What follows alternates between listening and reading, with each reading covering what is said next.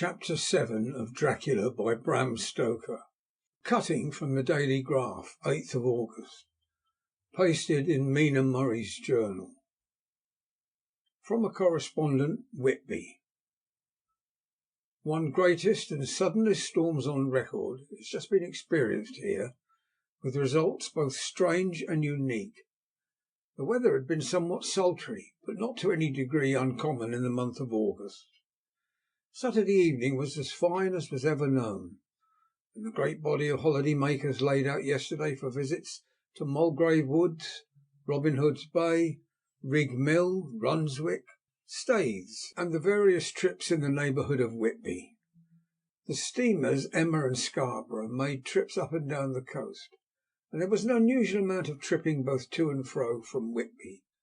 The day was unusually fine till the afternoon, when some of the gossips who frequent the East Cliff churchyard, and from that commanding eminence watch the wide sweep of sea visible to the north and east, called attention to a sudden show of mares' tails high in the sky to the northwest.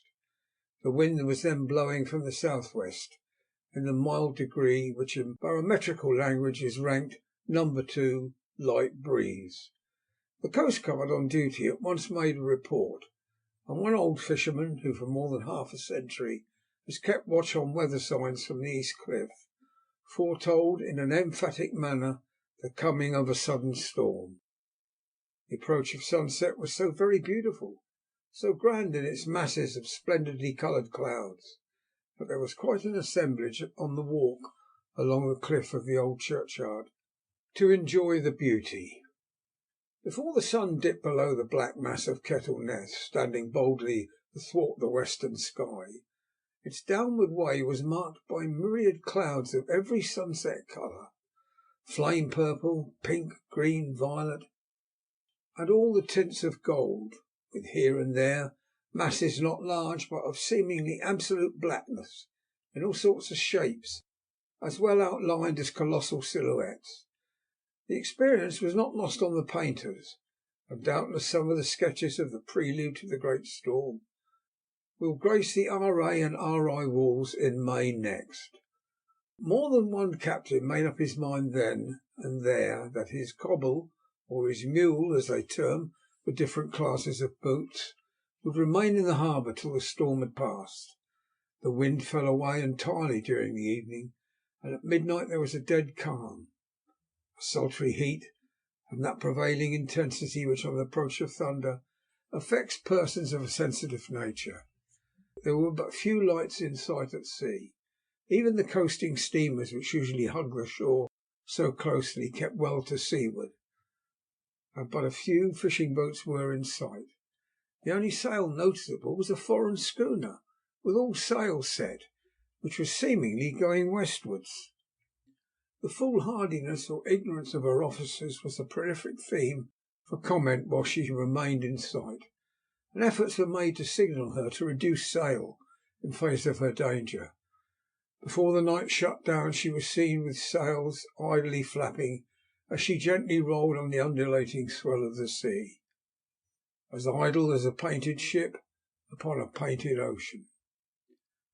Shortly before 10 o'clock the stillness of the air grew quite oppressive, and the silence was so marked that the bleating of sheep inland or the barking of a dog in the town was distinctly heard, and the band on the pier with its lively French air was like a discord in the great harmony of nature's silence. A little after midnight came a strange sound from over the sea, and high overhead the air began to carry a strange, faint, hollow booming. Then without warning the tempest broke, with a rapidity which at the time seemed incredible, and even afterwards as impossible to realise. The whole aspect of nature at once became convulsed. The waves rose in growing fury, each overtopping its fellow, till in a very few minutes the lately glassy sea was like a roaring and devouring monster. White-crested waves beat madly on the level sands and rushed up the shelving cliffs. Others broke over the piers, and with their spume-swept lanterns of the lighthouses, which rise from the end of either pier of Whitby harbour, the wind roared like thunder, and blew with such a force that it was difficult even that strong men kept their feet or clung with grim grasp to the iron stanchions. It was found necessary to clear the entire piers from the mass of onlookers, or else the fatalities of the night would have been increased manifold. To add to the difficulties and dangers of the time, masses of sea fog came drifting inland, white wet clouds which swept by in ghostly fashion, so dank and damp and cold that it needed but little effort of imagination to think that the spirits of those lost at sea were touching their living brethren with clammy hands of death. And many a one shuddered as the wreaths of sea mist swept by. At times the mist cleared, and the sea for some distance could be seen in the glare of the lighting, which now came back thick and fast, followed by such sudden peals of thunder that the whole sky overhead seemed trembling under the shock of the footsteps of the storm.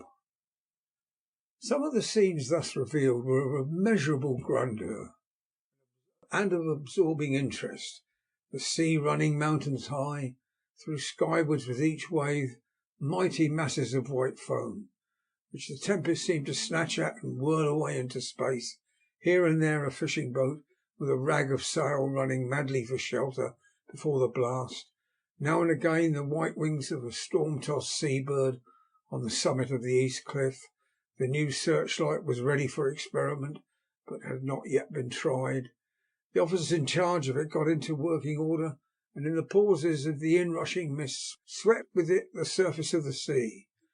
Once or twice its service was most effective, as when a fishing boat with a gunwale under water rushed into the harbour, able, by the guidance of the sheltering light, so to avoid the danger of dashing against the piers. By the guidance of the sheltering light, to avoid the danger of dashing against the piers. As each boat achieved the safety of the port, there was a shout of joy from the mass of people on shore, a shout which for a moment seemed to cleave the gale and was then swept away in its rush. Before long the searchlight discovered some distance away a schooner with all sails set, apparently the same vessel which had been noticed earlier in the evening. The wind had by this time backed to the east. There was a shudder amongst the watchers on the cliff as they realised the terrible danger in which she now was. Between her and the port lay the great flat reef on which so many good ships have from time to time suffered, and with the wind blowing from its present quarter, it would be quite impossible that she should fetch the entrance of the harbour. It was now nearly the hour of high tide, but the waves were so great that in their troughs the shallows of the shore were almost visible, and the schooner, with all sails set, was rushing with such speed that, in the words of one old salt, she must fetch up somewhere, if it was only in hell. Then came another rush of sea fog, greater than any hitherto, a mass of dank mist which seemed to close on all things like a grey pall, and left available to men only the organ of hearing, for the roar of the tempest and the crash of the thunder and the booming of the mighty billows came through the damp oblivion even louder than before. The rays of the searchlight were kept fixed on the harbour mouth across the east pier, where the shock was expected, and men waited breathless. The wind suddenly shifted to the northeast, and the remnant of the sea fog melted in the blast, and then Miravel dictu, between two piers, leaping from wave to wave as it rushed at headlong speed, swept the strange schooner before the blast with all sails set, and gained the safety of the harbour. The searchlight followed her, and a shudder ran through all who saw her, for lashed to the helm was a corpse with drooping head, which swung horribly to and fro at each motion of the ship. No other form could be seen on deck at all. A great awe came on all as they realised that the ship, as if by a miracle, had found the harbour unsteered save by the hand of a dead man. However, all took place more quickly than it takes to write these words. The schooner paused not, but rushing across the harbour, pitched herself onto that accumulation of sand and gravel, washed by many tides and many storms, into the southeast corner of the pier, jutting under the east cliff. known locally as Tate Hill Pier. There was, of course, a considerable concussion as the vessel drove up on the sand heap. Every spar, rope and stay was strained, and some of the top hammer came crashing down. But strangest of all, the very instant the shore was touched, an immense dog sprang up on deck from below, as if shot up by the concussion, and running forward jumped from the bow onto the sand, making straight for the steep cliff where the churchyard hangs over the laneway to the east pier, so steeply that some of the flat tombstones, thrust-steens, or through-stones as they call them in the Whitby vernacular, actually project over where the sustaining cliff has fallen away, disappeared into the darkness, which seemed intensified just beyond the focus of the searchlight. It so happened that there was no one at the moment on Tate Hill Pier. All those whose houses are in close proximity were either in bed or were out on the heights above.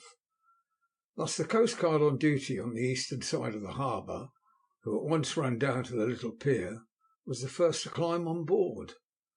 The men working the searchlight, after scouring the entrance of the harbour without seeing anything, then turned the light on the derelict and kept it there. The coastguard ran aft, and then when he came beside the wheel, bent over to examine it, and recoiled at once as though under some sudden emotion. This seemed to pique general curiosity, and quite a number of people began to run. It is a good way round from the West Cliff by the drawbridge to Tate Hill Pier, but your correspondent is a fairly good runner, and came well ahead of the crowd. When I arrived, however, I found already assembled on the pier a crowd, whom the coastguard and police refused to allow to come on board. By the courtesy of the chief boatman, I was, as your correspondent, permitted to climb on deck, and was one of a small group who saw the dead seaman whilst actually lashed to the wheel. It was no wonder that the coastguard was surprised, or even awed, for not often can such a sight have been seen. The man was simply fastened by his hands, tied one over the other to a spoke of the wheel. Between the inner hand and the wood was a crucifix, the set of beads on which it was fastened being both around wrists and wheel, and all kept fast by the binding cords.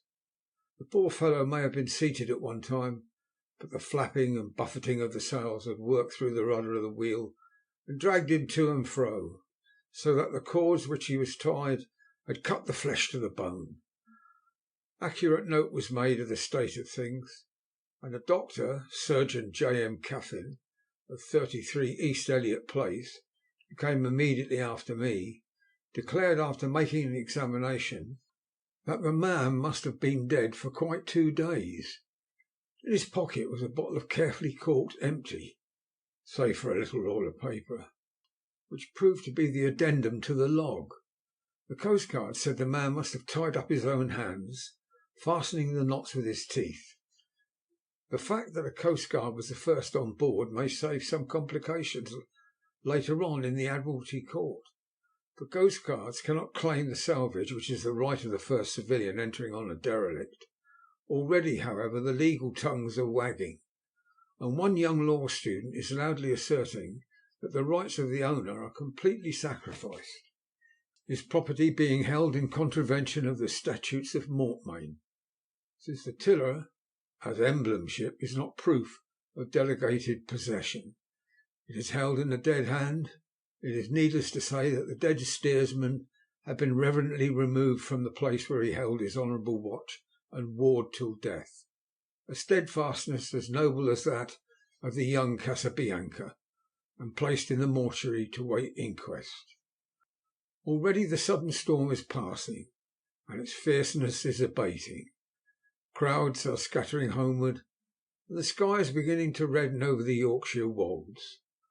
I shall send in time for your next issue further details of the derelict ship which found her way so miraculously into harbour in the storm.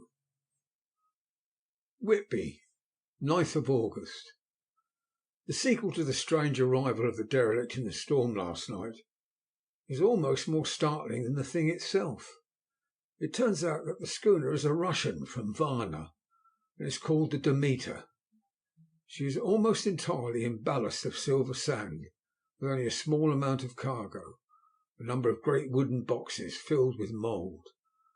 This cargo was consigned to a Whitby solicitor, Mr. S.F. Billington of 17 the Crescent, who this morning went aboard and formally took possession of the goods consigned to him. The Russian consul, too, acting for the charter party, took formal possession of the ship and paid all harbour dues, etc. Nothing is talked about here today except the strange coincidence. The officials of the Board of Trade have been most exacting in seeing that every compliance has been made with existing regulations. As the matter is to be a 9 days' wonder, they are evidently determined that there shall be no cause of after complaint. A good deal of interest was abroad concerning the dog which had landed when the ship struck, and more than a few of the members of the S.P.C.A., which is very strong in Whitby, have tried to befriend the animal. To the general disappointment, however, it was not to be found. It seems to have disappeared entirely from the town. It may be that it was frightened and made its way onto the moors, where it is still hiding in terror. There are some who look with dread on such a possibility, lest later on it should in itself become a danger, for it is evidently a fierce brute. Early this morning a large dog, a half-bred mastiff belonging to a coal merchant close to Tate Hill Pier, was found dead in the roadway opposite his master's yard. It had been fighting, and manifestly it had a savage opponent, for its throat was torn away, and its belly was slit open as if with a savage claw. Later, by the kindness of the Board of Trade Inspector, I had been permitted to look over the logbook of the Demeter, which was in order up to within 3 days, but contained nothing of special interest, except as to facts of missing men. The greatest interest, however, was with regard to the paper found in the bottle, which was today produced at the inquest, and a more strange narrative than the two between them unfold it has not been my lot to come across. As there is no motive for concealment, I am permitted to use them, and accordingly send you a rescript, simply omitting technical details of seamanship and supercargo. It almost seems as though the captain had been seized with some kind of mania before he got well into blue water, and that this had developed persistently throughout the voyage. Of course, my statement must be taken cum grano, since I am writing from the dictation of a clerk of the Russian consul, who kindly translated for me, time being short. The log of the Demeter, Varna to Whitby, written 18th July. Things so strange happening that I shall keep an accurate note henceforth till we land. On 6th of July we finished taking in cargo, silver sand and boxes of earth. At noon set sail, east wind, fresh. Crew 5 hands, 2 mates, cook and myself, captain. On 11th of July at dawn entered Bosphorus, boarded by Turkish customs officers, baksheesh all correct, under way at 4 p.m. On 12th of July through Dardanelles, more custom officers, and a flag boat guarding squadron, baksheesh again. Work of officers thorough, but quick. Want us off soon. Dark, passed into archipelago. On 13th of July we passed Cape Matapan. Crew dissatisfied about something. Seemed scared, but would not speak out. On 14th of July, somewhat anxious about crew. Men all steady. Fellows who have sailed with me before. Mate could not make out what was wrong. They only told him there was something and crossed themselves. Mate lost temper with them that day and struck him. Expected a fierce quarrel, but all was quiet. On 16th July, mate reported in the morning that one of the crew, Petrovsky, was missing. Could not account for it. Took larboard watch 8 bells last night. Was relieved by Abumov. Did not go to bunk. Men more downcast than ever. All said they expected something of the kind, but would not say more than there was something aboard. Mate getting very impatient with them, feared some trouble ahead. On 17th of July, yesterday, one of the men, Olgarden, came to my cabin, and in an awe-struck way confided to me that he thought there was a strange man aboard the ship. He said that in his watch he had been sheltering behind the deckhouse as there was a rainstorm, when he saw a tall, thin man, who was not like any of the crew, come up the companionway and go along the deck forward and disappear. He followed cautiously, but when he had got to bows found no one, and the hatchways were all closed. He was in a panic of superstitious fear, and I am afraid the panic may spread. To allay it, I shall today search the entire ship carefully from stem to stern. Later in the day I got together the whole crew, and told them, as they evidently thought there was someone in the ship, we would search from stem to stern. First the mate, angry, said it was folly to yield to such foolish ideas and would demoralise the men. Said he would engage to keep them out of trouble with the handspike. I let him take the helm while the rest began a thorough search. All keeping abreast with lanterns, we left no corner unsearched, and there were only the big wooden boxes. There were no odd corners where a man could hide. Men much relieved when search over, and went back to work cheerfully. First mate scowled, but said nothing. 22nd of July. Rough weather the last 3 days, and all hands busy with the sails. No time to be frightened. Men seem to have forgotten their dread. Mate cheerful again, and all on good terms. Praise men for work in bad weather. Past Gibraltar and out through Straits. All well. 24th of July. There seems some doom over this ship. Already a hand short, and entering the Bay of Biscay with wild weather ahead. Yet last night another man lost, disappeared. Like the first, he came off his watch and was not seen again. Men all in a panic of fear. Sent a round robin, asking to have double watch as they feared to be alone. Mate angry, fear there will be some trouble, as either he or the men will do some violence. 28th of July. Another tragedy. Had a single watch tonight, as crew too tired to double. When morning watch came on deck, he could find no one except steersman. Raised an outcry and all came on deck. Thorough search, but no one found, and now without second mate and crew in a panic. Mate and I agreed to go armed henceforth and wait for any sign of cause. 30th of July. Last night rejoiced. We are nearing England. Weather fine, all sail set. Retired, worn out, slept soundly. Awakened by mate telling me that both men of the watch steersman are missing. Only self and mate and 2 hands left to work the ship. August the 1st. 2 days of fog and not a sail sighted. I'd hoped when in the English Channel to be able to signal for help or get in somewhere. Not having power to work sails, I have to run before the wind. Dare not lower, as could not raise them again. We seem to be drifting into some terrible doom. Mate now more demoralised than either of the men. His stronger nature seems to have worked inwardly against himself. Men are beyond fear, working stolidly and patiently with minds made up. They are Russian, he a Romanian. 2nd August, midnight. Woke up from a few minutes' sleep by hearing a cry, seemingly outside my port. I could see nothing in the fog. Rushed on deck and ran against the mate. Tells me he heard a cry and ran, but no sign of the man on watch. One more gone. Lord help us. Mate says we must be past the Straits of Dover. As in a moment of fog lifting he saw North Foreland, just as he heard the man cry out. So we are now off in the North Sea, and only God can guide us in the fog, which seems to move with us, and God seems to have deserted us. 3rd of August. At midnight I went to relieve the man at the wheel, and when I got to it found no one there. The wind was steady, and as we ran before it, there was no yawing. I dared not leave it, so shouted for the mate. After a few minutes he rushed up on deck in his flannels. He looked wild-eyed and haggard, and I greatly fear his reason had given way. He came close to me and whispered hoarsely with his mouth to my ear, as though fearing the very air might hear. It is here. I know it now. On the watch last night I saw it, like a man, tall and thin and ghastly pale. It was in the bows looking out. I crept up behind it and gave it my knife, but the knife went through it, empty as the air. As he spoke he took his knife and drove it savagely into space.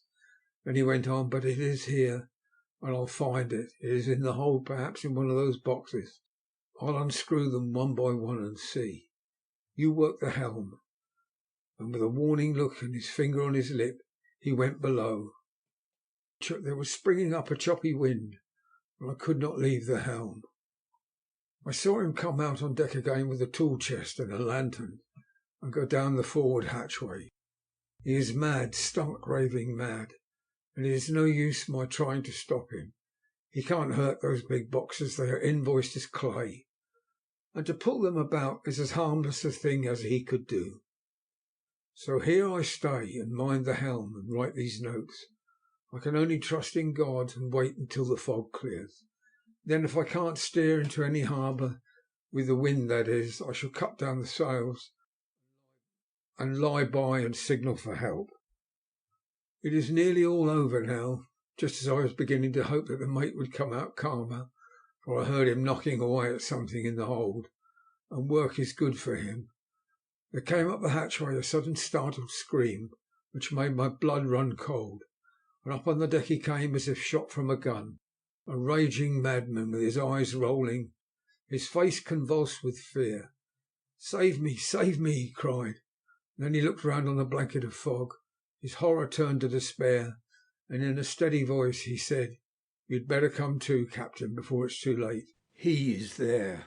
I know the secret now. The sea will save me from him, and that's all that is left." Before I could say a word or move forward to seize him, he sprang on the bulwark and deliberately threw himself into the sea.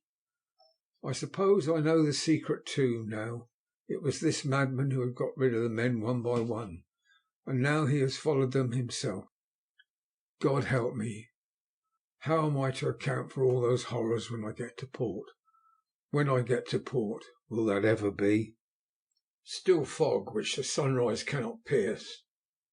I know there is a sunrise because I am a sailor. Why else I know not. I dared not go below, dared not leave the helm, so here all night I stayed, and in the dimness of the night I saw it. Him.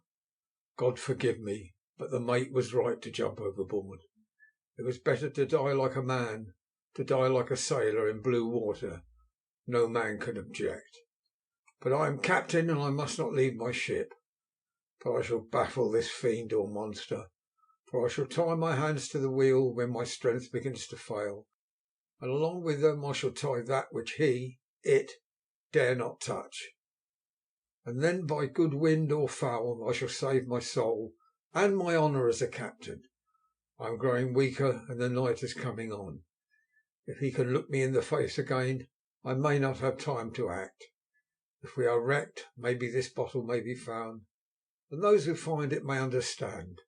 If not, well, then all men shall know that I have been true to my trust. God and the Blessed Virgin and the saints help a poor ignorant soul trying to do his duty. Of course the verdict was an open one. There is no evidence to adduce, and whether or not the man himself committed the murders, there is now none to say. The folk here hold almost universally that the captain is simply a hero, and he is to be given a public funeral. Already it is arranged that his body is to be taken with a train of boats up the Esk for a piece, and then brought back to Tate Hill Pier and up the Abbey steps, where it is to be buried in the churchyard on the cliff. The owners of more than 100 boats have already given in their names as wishing to follow him to the grave. No trace has ever been found of the great dog, at which there is much mourning, for with public opinion in its present state he would, I believe, be adopted by the town. Tomorrow we shall see the funeral, and so will end this one more mystery of the sea. Mina Murray's Journal, 8th of August. Lucy was very restless all night, and I too could not sleep. The storm was fearful. As it boomed loudly among the chimney pots, it made me shudder. When a sharp puff came, it seemed to be like a distant gun. Strangely enough, Lucy did not wake, but she got up twice and dressed herself. Fortunately, each time I awoke in time and managed to undress her without waking her, and got her back to bed. It's a very strange thing, this sleepwalking, for as soon as her will is thwarted in any physical way, her intention, if there be any, disappears, and she yields herself almost exactly to the routine of her life. Early in the morning we both got up and went down to the harbour to see if anything had happened in the night. There were very few people about, and although the sun was bright and the air clear and fresh, the big grim-looking waves that seemed dark themselves because the foam that topped them was like snow, forced themselves in through the narrow mouth of the harbour, like a bullying man going through a crowd. Somehow I felt glad that Jonathan was not on the sea last night, but on land. But oh, is he on land or sea? Where is he, and how? I am getting fearfully anxious about him. If I only knew what to do and could do anything. 10th of August. The funeral of the poor sea captain today was most touching. Every boat in the harbour seemed to be there, and the coffin was carried by captains all the way from Tate Hill Pier up to the churchyard. Lucy came with me, and we went early to our old seat, whilst the cortege of boats went up the river to the viaduct and came down again. We had a lovely view and saw the procession nearly all the way.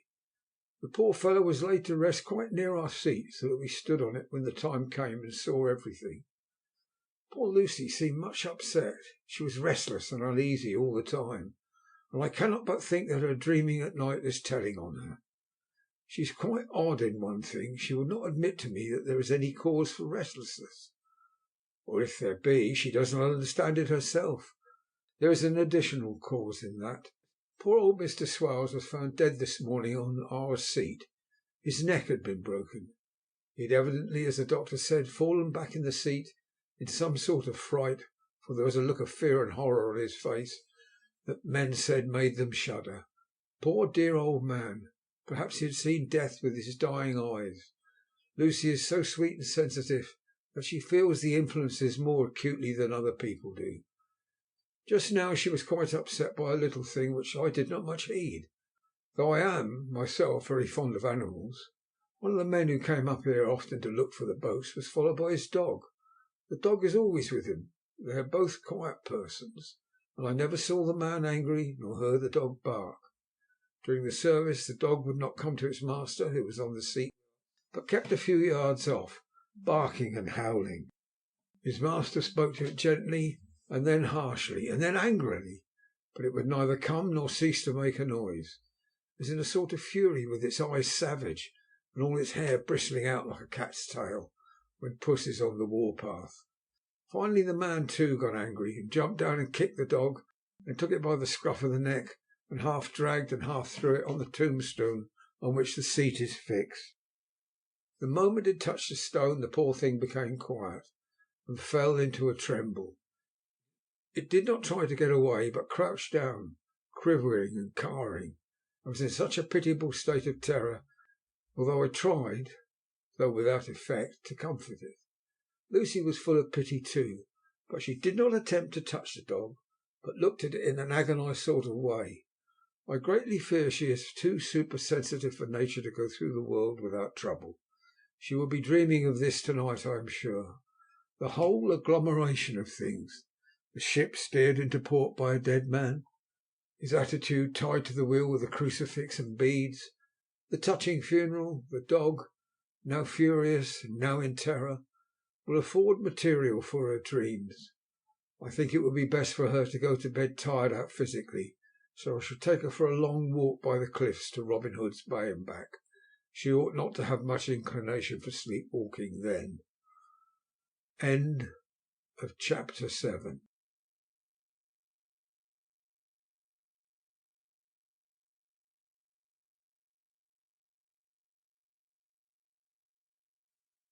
Chapter 8. Mina Murray's Journal. Same day, 11 o'clock. Oh, but I am tired. If it were not that I had made my diary a duty, I should not open it tonight. We had such a lovely walk with Lucy. After a while I was in gay spirits, owing, I think, to some dear cows who came nosing towards us in a field close to the lighthouse, and frightened the wits out of us. I believe we forgot everything except, of course, personal fear, and it seemed to wipe the slate clean and give us a fresh start. We had a capital severe tea at Robin Hood's Bay in a sweet little old-fashioned inn, with a bow window right over the seaweed-covered rocks of the Strand. I believe we should have shocked the new woman with our appetites. Men are more tolerant, bless them. Then we walked home, with some, or rather many, stoppages to rest, and with our hearts full of a constant dread of wild bulls. Lucy was really tired, and we intended to creep off to bed as soon as we could. The young curate came in, however, and Mrs. Westerner asked him to stay for supper. Lucy and I had both a fight for it with the dusty miller. I knew it was a hard fight on my part, but I am quite heroic. I think that some day the bishops must get together and see about breeding up a new class of curates who don't take supper, no matter how they may be pressed to, and who will know when girls are tired. Lucy is asleep and breathing softly. She has more colour in her cheeks than usual, and looks oh so sweet. If Mr. Holmwood fell in love with her, seeing her only in the drawing-room, I wonder what he would say if he saw her now. Some of the new women writers will some day start an idea that men and women should be allowed to see each other asleep before proposing or accepting, but I suppose that the new woman wouldn't condescend in future to accept. She will do the proposing herself, and a nice job she will make of it too. There's some consolation in that.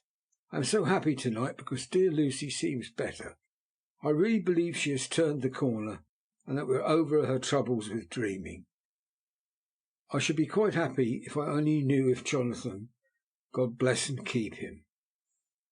11th of August, 3 a.m. Diary again. No sleep now, so I may as well write. I'm too agitated to sleep. We had such an adventure, such agonizing experiences. I fell asleep as soon as I'd closed my diary.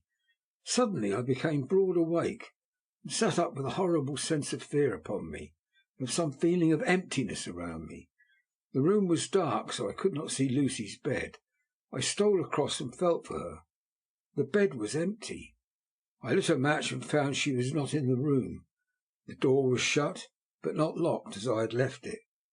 I feared to wake her mother, who has been more than usually ill lately, so threw on some clothes and got ready to look for her. As I was leaving the room, it struck me that the clothes that she wore might give me some clue to her dreaming intention. Dressing gown would mean house, dress outside. Dressing gown and dress were both in their places. Thank God, I said to myself. She cannot be far, as she's only in her nightdress. I ran downstairs and looked in the sitting-room. Not there. Then I looked in all the other open rooms of the house, with an ever-growing fear chilling my heart. I finally came to the hall door and found it open. It was not wide open. The catch of the lock had not caught. The people of the house are careful to lock the door every night, so I feared that Lucy must have gone out, as she was. There was no time to think of what might happen. A vague, overmastering fear obscured all details. I took a big heavy shawl and ran out. The clock was striking 1 as I was in the Crescent. There was not a soul in sight. I ran along the north terrace, but could see no sign of the white figure which I expected. At the edge of the west cliff above the pier, I looked across the harbour to the east cliff, in the hope, or fear, I don't know which, of seeing Lucy in our favourite seat. There was a bright full moon, with heavy black driving clouds, which threw the whole scene into a fleeting diorama of light and shade as they sailed across. For a moment or two I could see nothing, as the shadow of a cloud obscured St. Mary's Church and all around it. Then, as the cloud passed, I could see the ruins of the Abbey coming into view, and as the edge of a narrow band of light, sharp as a sword cut, moved along, the church and the churchyard became gradually visible. Whatever my expectation was, it was not disappointed, for there, on our favourite seat, the silver light of the moon struck a half-reclining figure, snowy white. The coming of the cloud was just too quick for me to see much, but shadow shut down on light almost immediately. but it seemed to me as though something dark stood behind the seat where the white figure shone, and bent over it. What it was, whether man or beast, I could not tell. I did not wait to catch another glance, but flew down the steep steps to the pier, along by the fish market to the bridge, which was the only way to reach the east cliff.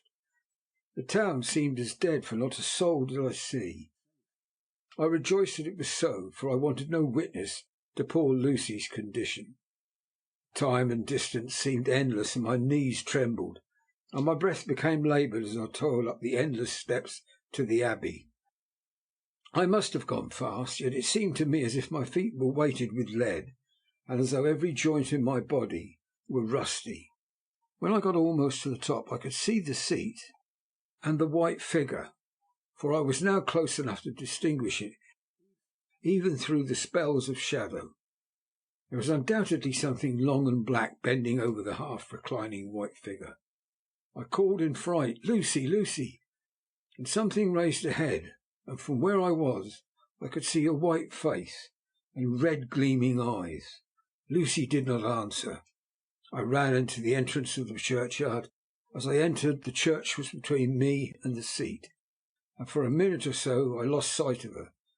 When I came in view again, the cloud had passed, and the moonlight struck so brilliantly that I could see Lucy half reclining, with her head lying over the back of the seat. She was quite alone, and there was not a sign of any living thing about. When I bent over her, I could see that she was still asleep. Her lips were parted, and she was breathing, not softly as usual with her, but in long, heavy gasps, as though striving to get her lungs full at every breath. As I came close, she put up her hand in her sleep and pulled the collar of her nightdress close around her throat. While she did so, there came a little shudder through her, as though she felt the cold. I flung the warm shawl over her and drew the edges tight round her neck, for I dreaded lest she should get some deadly chill from the night air, unclad as she was. I feared to wake her all at once, so in order to have my hands free that I might help her, I fastened the shawl at her throat with a big safety pin. But I must have been clumsy in my anxiety, and pinched or pricked her with it, for by and by, when her breathing became quieter, she put her hand to her throat again and moaned.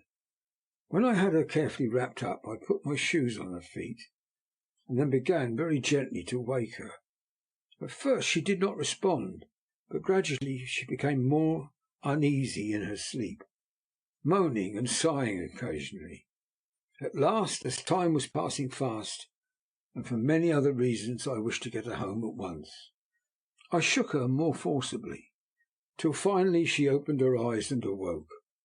She did not seem surprised to see me, as of course she did not realize all at once where she was. Lucy always wakes prettily, and even at such a time, when her body must have been chilled with cold, and her mind somewhat appalled at waking unclad in the churchyard at night, she did not lose her grace. She trembled a little, and clung to me when I told her to come at once with me home. She rose without a word, with the obedience of a child. As we passed along, the gravel hurt my feet, and Lucy noticed me wince. She stopped and wanted to insist upon my taking my shoes, but I could not. However, when we got to the pathway outside the churchyard, there was a puddle of water remaining from the storm.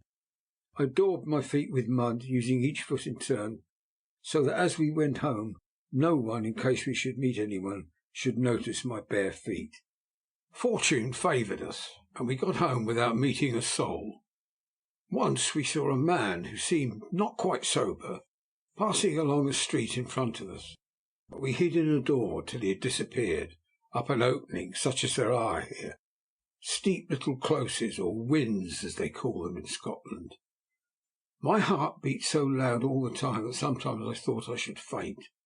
I was filled with anxiety about Lucy, not only for her health, lest she should suffer from the exposure, but for her reputation, in case the story should get wind. When we got in and had washed our feet, and had said a prayer of thankfulness together, I tucked her into bed. Before falling asleep she asked, even implored me, not to say a word to anyone. even her mother, about her sleepwalking adventure. I hesitated at first to promise, but on thinking of the state of her mother's health, and how the knowledge of such a thing would fret her, and thinking too of how such a story might become distorted, nay, infallibly would, in case it should leak out, I thought it wiser to do so. I hope I did right. I have locked the door and the key is tied to my wrist, so perhaps I shall not be again disturbed. Lucy is sleeping soundly. The reflex of the dawn is high and far over the sea. Same day, noon. All goes well. Lucy slept till I woke her and seemed not to have even changed her side. The adventures of the night does not seem to have harmed her. On the contrary, it has benefited her, for she looks better this morning than she has done for weeks. I was sorry to notice that my clumsiness with the safety pin hurt her. Indeed, it might have been serious, for the skin of her throat was pierced. I must have pinched up a piece of loose skin and transfixed it, for there are two little red points like pinpricks, and on the band of her nightdress was a drop of blood. When I apologized and was concerned about it, she laughed and petted me, and said she did not even feel it. Fortunately, it cannot leave a scar, as it is so tiny. Same day, night. We passed a happy day. The air was clear, the sun bright. There was a cool breeze. We took our lunch to Mulgrave Woods, Mrs. Westernard driving by the road, and Lucy and I walking by the cliff path, and joining her at the gate. I felt a little sad myself, for I could not feel but how absolutely happy it would have been had Jonathan been with me. But there, I must only be patient. In the evening we strolled in the casino terrace and heard some good music by Spohr and Mackenzie, and went to bed early. Lucy seemed more restful than she has been for some time, and fell asleep at once. I shall lock the door and secure the key the same as before, though I do not expect any trouble tonight. 12th of August. My expectations were wrong, for twice during the night I was wakened by Lucy trying to get out. She seemed even in her sleep to be a little impatient at finding the door shut, and went back to bed under a sort of protest. I woke with the dawn and heard the birds chirping out of the window. Lucy woke too, and I was glad to see was even better than on the previous morning. All of her old gaiety of manner seemed to have come back. She came and snuggled in beside me, told me all about Arthur. I told her how anxious I was about Jonathan, and she tried to comfort me. Well, she succeeded somewhat, for though sympathy can't alter facts, it can help to make them more bearable. 13th of August. Another quiet day, and to bed with the key on my wrist as before. Again I woke in the night and found Lucy sitting up in bed, still asleep, pointing to the window. I got up quietly, and pulling aside the blind, looked out. It was brilliant moonlight, and the soft effect of the light over the sea and sky merged together in one great silent mystery. It was beautiful beyond words. Between me and the moonlight flitted a great bat, coming and going in great whirling circles. Once or twice it came quite close, but was, I suppose, frightened at seeing me, and flitted away across the harbour towards the Abbey. When I came back from the window, Lucy had lain down again and was sleeping peacefully. She did not stir again all night. 14th of August. On the East Cliff, reading and writing all day, Lucy seems to have become as much in love with the spot as I am, and it is hard to get her away from it when it is time to come home for lunch or tea or dinner. This afternoon she made a funny remark. We were coming home for dinner and just come to the top of the steps up from the West Pier and stopped to look at the view, as we generally do. The setting sun lay low down in the sky, was just dropping behind Kettle Ness. The red light was thrown over the East Cliff, and the old Abbey seemed to bathe everything in beautiful rosy glow. We were silent for a while, and suddenly Lucy murmured, as if to herself, "His red eyes again. They are just the same." Such an odd expression, coming apropos of nothing, that it quite startled me. I slewed round a little so as to see Lucy, well, without seeming to stare at her, and saw that she was quite in a half-dreamy state, with an odd look on her face that I could not quite make out. So I said nothing but followed her eyes. She appeared to be looking over at our own seat, whereupon was a dark figure seated alone. I was a little startled myself, for it seemed for an instant as if the stranger had great eyes like burning flames, but a second look dispelled the illusion.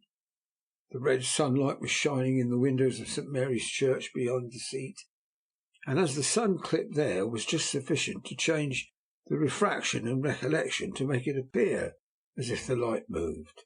I called Lucy's attention to the peculiar effect, and she became herself with a start, but she looked sad all the same. It may have been that she was thinking of that terrible night up there. We never referred to it, so I said nothing, and we went home to dinner. Lucy had a headache and went away to bed.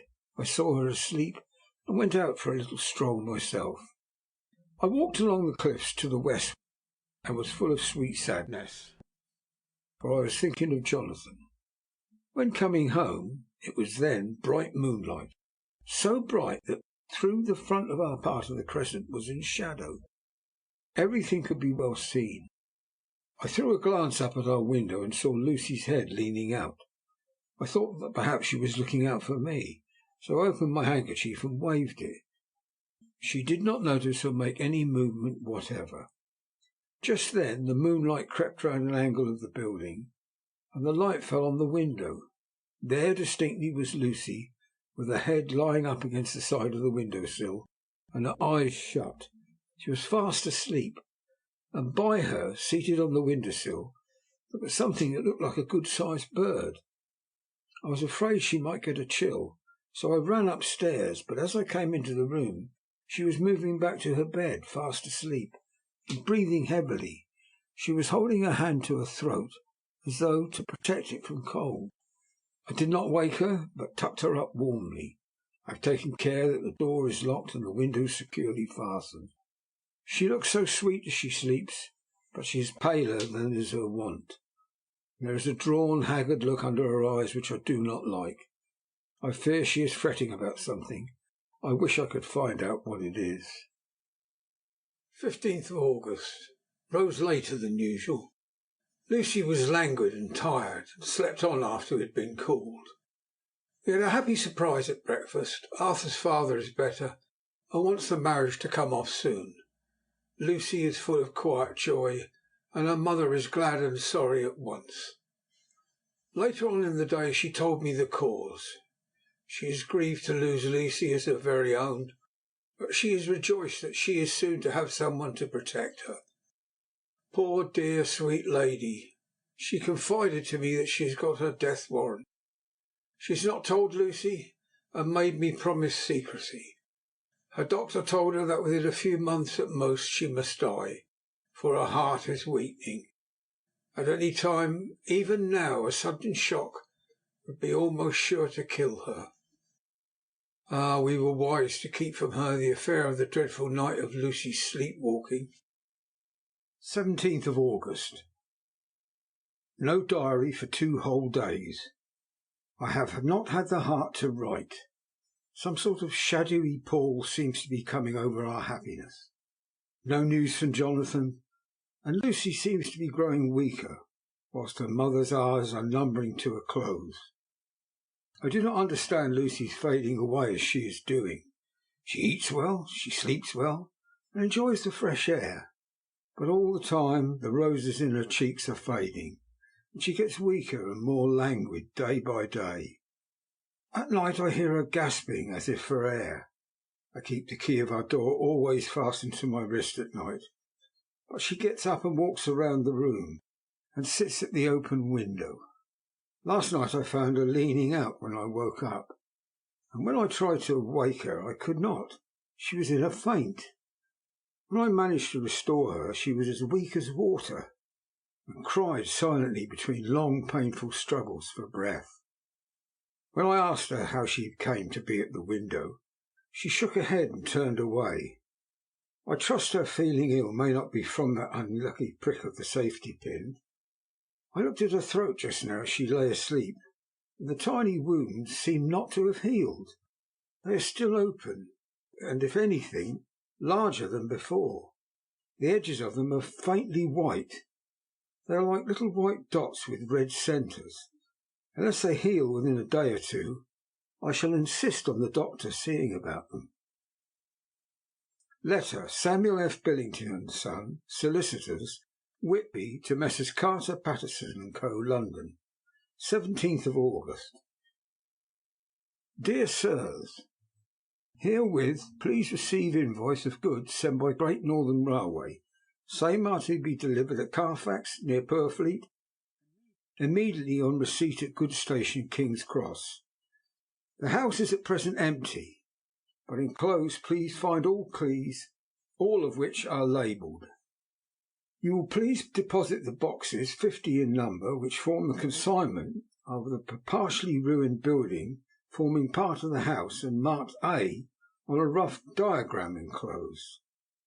Your agent will easily recognise the locality, as it is the ancient chapel of the mansion. The goods leave by the train at 9:30 tonight, and will be due at King's Cross at 4:30 tomorrow afternoon.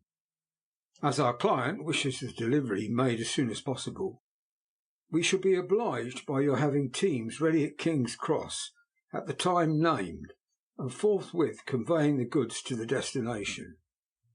In order to obviate any delays possible through any routine requirements payment in your departments, we enclose a cheque herewith of £10, receipt of which please acknowledge. Should the charge be less than this amount, you can return balance. If greater, we shall at once send a cheque for the difference on hearing from you. You are to leave the keys on coming away in the main hall of the house, where the proprietor may get them on his entering the house by means of his duplicate key. Pray do not take us as exceeding the bounds of business courtesy in pressing you in all ways to use the utmost expedition. We are, dear sirs, faithfully yours, Samuel F. Billington and Son. Letter, Messrs. Carter and Patterson Co., London, to Messrs. Billington and Son, Whitby, 21st of August. Dear Sirs, we beg to acknowledge £10 received and return a cheque for £1 17 shillings and 9pence, amount of overplus as shown in receipted account herewith. Goods are delivered in exact accordance with instructions, and keys left in parcel in main hall as directed. We are, dear sirs, yours respectfully, Pro Carter, Patterson and Co. Mina Murray's Journal, 18th of August. I'm happy today, and writing, sitting on the seat in the churchyard. Lucy is ever so much better. Last night she slept well at night, and did not disturb me once. The roses seem to be coming back into her cheeks, though she is still sadly pale and wan-looking. If she were in any way anemic, I could understand it, but she is not. She is in gay spirits and full of life and cheerfulness. All the morbid reticence seems to have passed from her, and she has just reminded me, as if I need any reminding, of that night, and that it was here, on this very seat, I found her asleep. As she told me, she tapped playfully with the heel of a boot on the stone slab and said, "My poor little feet didn't make much noise. I dare say that poor old Mr. Swales would have told me that it was because I didn't want to wake up Geordie." As she was in such a communicative humour, I asked her if she had dreamed at all that night.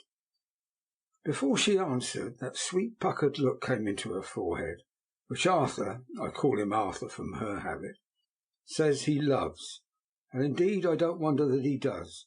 She went on in a half-dreaming kind of way, as if trying to recall it to herself.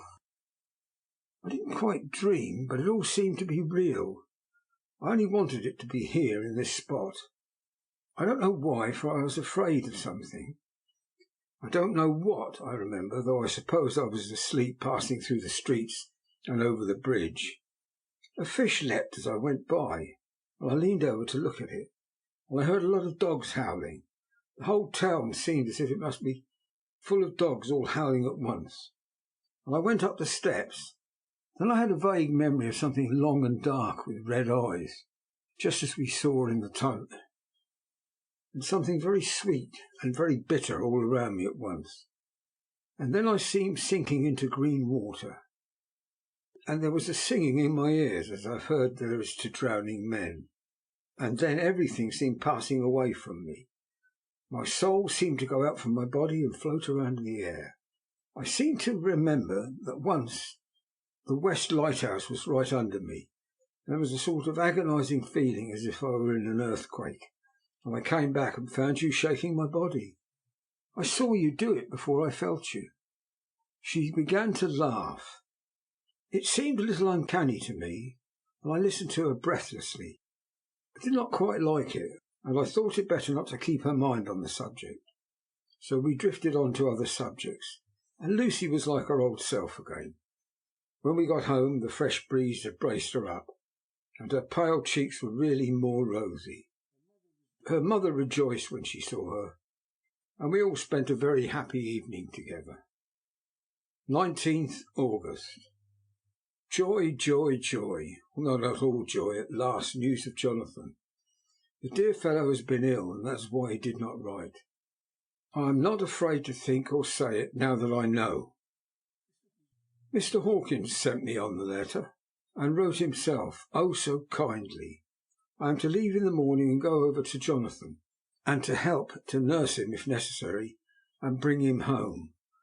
Mr. Hawkins says it would not be a bad thing if we were to be married out there. I have cried over the good sister's letters until I can feel it wet against my bosom, where it lies.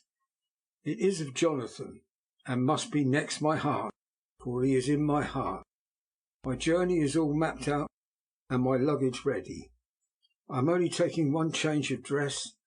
Lucy will bring my trunk to London, and keep it till I send for it. For it may be that I must write no more. I must keep it to say to Jonathan, my husband. The letter that he has seen and touched must comfort me till we meet. Letter, Sister Agatha, Hospital of St. Joseph and St. Mary, Budapest, to Miss Wilhelmina Murray, 12th of August. Dear Madam, I write by desire of Mr. Jonathan Harker, who is himself not strong enough to write, although progressing well, thanks to God and St. Joseph and St. Mary. He has been under our care for near 6 weeks, suffering from a violent brain fever. He wishes me to convey his love, and to say that by this post I write for him to Mr. Peter Hawkins, Exeter, to say with all his dutiful respects that he is sorry for his delay, and that all of his work is completed. He will require some few weeks' rest in our sanitarium in the hills, but will then return. He wishes me to say that he has not sufficient money with him, and that he would like to pay for his staying here, so that others who need shall not be wanting for help. Believe me, yours with sympathy and all blessings, Sister Agatha. P.S. My patient being asleep, I open this to let you know something more. He has told me about you, and that you are shortly to be his wife. All blessings to you both. He has had some fearful shocks, so says our doctor, and his delirium, his ravings have been dreadful, of wolves and poison, of blood, of ghosts and demons, and I fear to say that be careful with him. And I fear to say of what? Be careful with him always, that there may be nothing to excite him of this kind for a long time to come. The traces of such an illness do not lightly die away. We should have written long ago, but we knew nothing of his friends, and there was on him nothing that anyone could understand. He came in the train from Klausenburg, and the guard was told by the station master that he rushed into the station shouting for a ticket for home. Seeming from his violent demeanour that he was English, they gave him a ticket for the furthest station on the way thither that the train reached. Be assured he is well cared for. He has won all our hearts by his sweetness and gentleness. He is truly getting on well, and I have no doubt will in a few weeks be all himself. But be careful of him for safety's sake.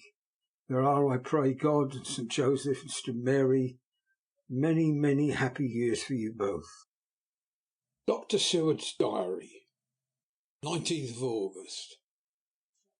Strange and sudden change in Renfield last night.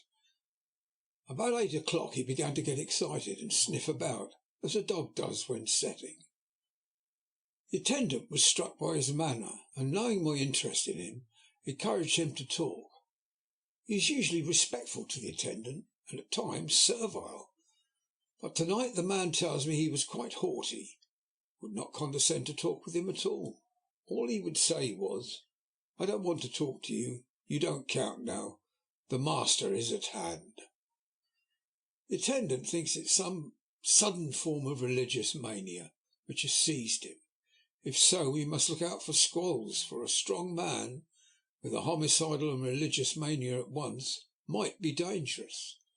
The combination is a dreadful one. At 9 o'clock I visited him myself. His attitude to me was the same as that to the attendant.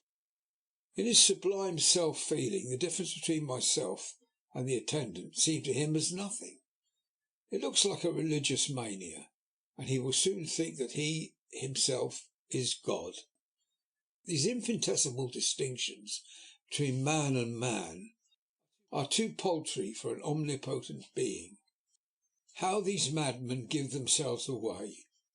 The real God taketh heed lest a sparrow fall, but the God created from human vanity sees no difference between an eagle and a sparrow. Oh, if men only knew! For half an hour or more Renfield kept getting excited in a greater and greater degree. I did not pretend to be watching him, but I kept strict observation all the same. All at once that shifty look came into his eyes, which we always see when a madman has seized an idea, and with it the shifty movement of the head and back, which asylum attendants come to know so well. He became quite quiet, and went and sat on the edge of his bed resignedly, and looked into space with lacklustre eyes. I thought I would find out if his apathy were real or only assumed, and tried to lead him to talk of his pets, a theme which had never failed to excite his attention. At first he made no reply, but at length said testily, "Bother them all, I don't care a pin about them." "What?" I said. "You don't mean to tell me you don't care about spiders?" Spiders are at present his hobby, and the notebook is filling up with columns of small figures.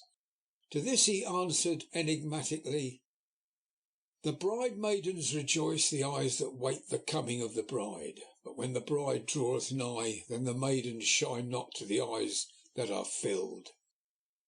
He would not explain himself, but remained obstinately seated on his bed all the time I remained with him. I am weary tonight and low in spirits. I cannot but think of Lucy and how different things might have been. If I don't sleep at once, Chloral, the modern Morpheus, C2HC130.H20, must be careful not to let it grow into a habit, nor shall I take none tonight. I have thought of Lucy, and I shall not dishonour her by mixing the two. If need be, tonight shall be sleepless. Later. Glad I made the resolution, gladder that I kept to it. I had lain tossing about and had heard the clock strike only once, when the night watchman came to me, sent up from my ward to say that Renfield had escaped. I threw on my clothes, ran down at once. My patient is too dangerous a person to be roaming about. Those ideas of his might work out dangerously with strangers. The attendant was waiting for me. He said he had seen him not 10 minutes before, seemingly asleep in his bed, when he had through the observation trap in the door. His attention was called by the sound of the window being wrenched out. He ran back and saw his feet disappear through the window, and had at once sent up for me. He was only in his night gear and cannot be far off. The attendant thought it would be more useful to watch where he should go than to follow him, as he might lose sight of him whilst getting out of the building by the door. He is a bulky man and couldn't get through the window. I am thin, so with his aid I got out, but feet foremost, and, as we were only a few feet above ground, landed unhurt. The attendant told me the patient had gone to the left and had taken a straight line, so I ran as quickly as I could. As I got through the belt of trees, I saw a white figure scale the high wall which separates our grounds from those of the deserted house. I ran back at once and told the watchman to get 3 or 4 men immediately and follow me into the grounds of Carfax. In our case, our friend might be dangerous. I got a ladder myself and, crossing the wall, dropped down on the other side. I could see Renfield's figure just disappearing behind the angle of the house, so I ran after him. On the far side of the house I found him pressed close against the old iron-bound oak door of the chapel. He was talking apparently to someone, but I was afraid to go near enough to hear what he was saying, lest I might frighten him and he should run off. Chasing an errant swarm of bees is nothing to following a naked lunatic when the fit of escaping is upon him. After a few minutes, however, I could see that he did not take note of anything around him, and so ventured to draw near to him, the more so as my men had now crossed the wall and were closing him in. "I am here to do your bidding, master. I am your slave, and you will reward me, for I shall be faithful. I have worshipped you long and far off, but now you are near, I await your commands. And you will not pass me by, will you, dear master, in your distribution of good things?" He is a selfish old beggar anyhow. He thinks of the loaves and fishes even when he believes he is a real presence. His manias make a startling combination. When we closed in on him, he fought like a tiger. He is immensely strong, for he was more like a wild beast than a man. I never saw a lunatic in such a paroxysm of rage before, and hope I shall not again. It is a mercy that we have found out his strength and his danger in good time. With strength and determination like his, he might have done wild work before he was caged. He is safe now at any rate. Jack Shepherd himself couldn't get free from the strait waistcoat that keeps him restrained, and he's chained to the wall in the padded room. His cries at times are awful, but the silences that follow are more deadly still, for he means murder in every turn and movement. Just now he spoke coherent words for the first time. "I shall be patient, master. It is coming, coming, coming." So I took the hint and came too. I was too excited to sleep, but this diary has quieted me, and I feel I shall get some sleep tonight. End of chapter 8.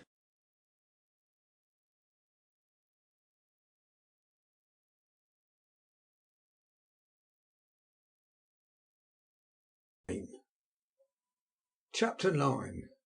A letter. Mina Harker to Lucy Westenra. Budapest, 24th of August. My dearest Lucy, I know you will be anxious to hear all that has happened since we parted at the railway station at Whitby. Well, my dear, I got to Hull all right and caught the boat to Hamburg and then the train on here.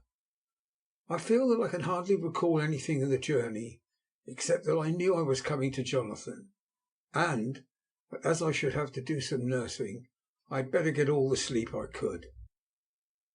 I found my dear one, oh so thin and pale and weak-looking. All the resolution had gone out of his dear eyes, and that quiet dignity which I told you was in his face has vanished. He is only a wreck of himself.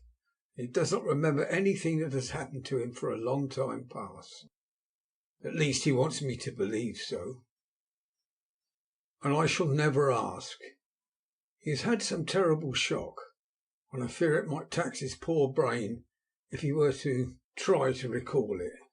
Sister Agatha, who is a good creature and a born nurse, tells me that he raved of dreadful things while he was off his head, but she would only cross herself and say she would never tell, that the raving of the sick were the secrets of God, that if a nurse through her vocation should hear them, she should respect her trust.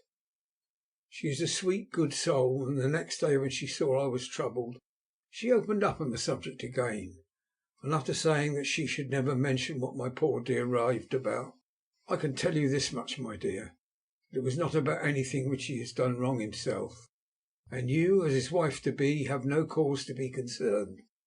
He has not forgotten you or what he owes to you. His fear was of a great and terrible things, which no mortal can treat of. I do believe the dear soul thought I might be jealous, lest my poor dear should have fallen in love with any other girl. The idea of my being jealous about Jonathan! And yet, my dear, let me whisper, I felt a thrill of joy through me when I knew that no other woman was a cause of trouble. I am now sitting by his bedside, where I can see his face while he sleeps. He is waking. When he woke he asked me for his coat, as he wanted to get something from the pocket.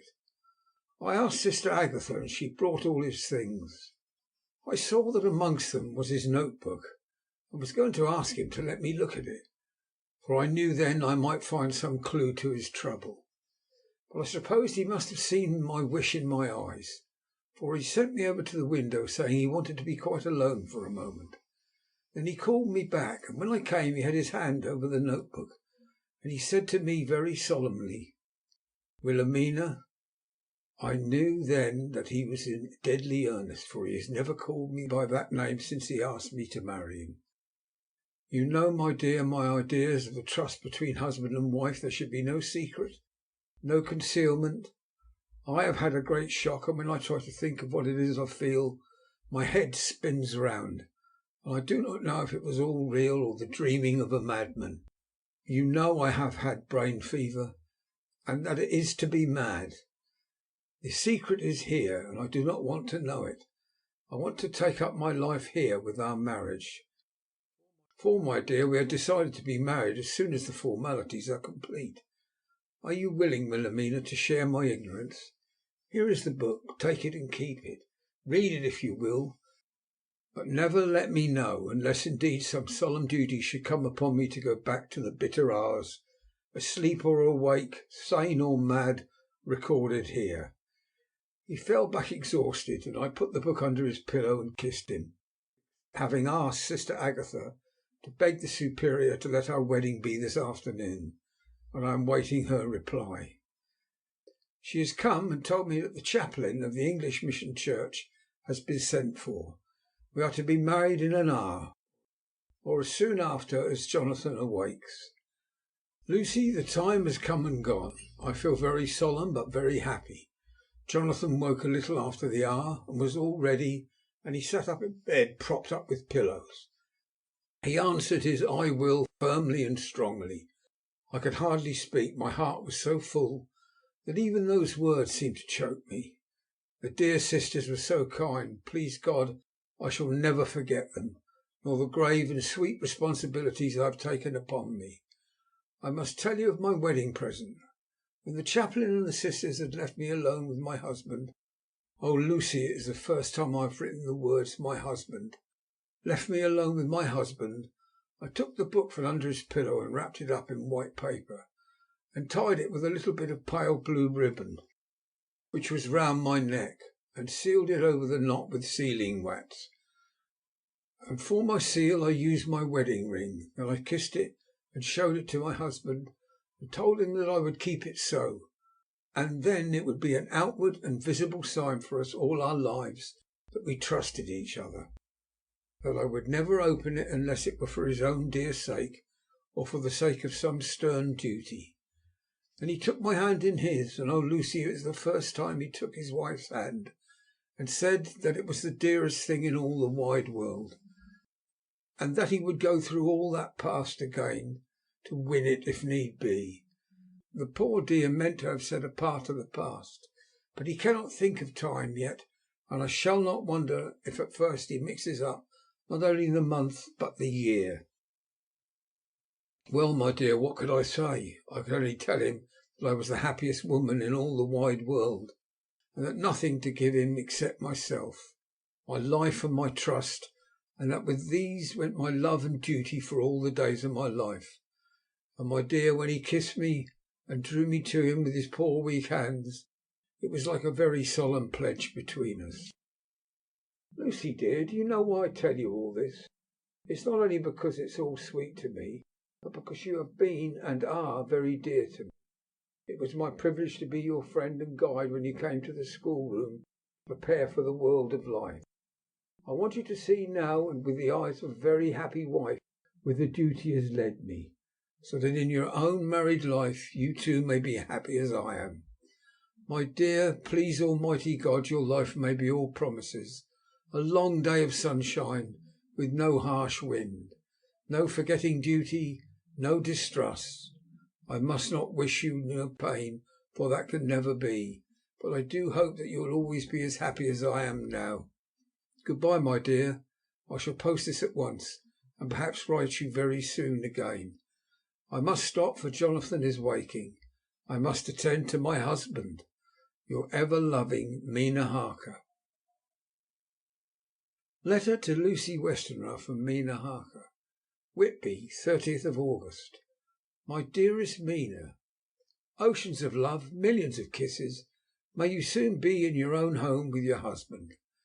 I wish you could be coming home soon enough to stay with us here. The strong air would soon restore Jonathan, as it has quite restored me. I have an appetite like a cormorant. I am full of life and sleep well. You'll be glad to know that I have quite given up walking in my sleep. I think I have not stirred out of my bed for a week. That is, when I once got into it at night. Arthur says I am getting fat. By the way, I forgot to tell you that Arthur is here. We have such walks and drives and rides and rowing and tennis and fishing together, and I love him more than ever. He tells me that he loves me more, but I doubt that, for at first he told me that he couldn't love me more than he did. But this is nonsense. There he is calling to me, so no more just at present. From your loving Lucy. P.S. Mother sends her love. She seems better, poor dear. P.P.S. We are to be married on the 28th of September. Dr. Seward's Diary, 20th of August. The case of Renfield grows even more interesting. He has now so far quieted that there are spells of cessation from his passion. For the first week after his attack he was perpetually violent.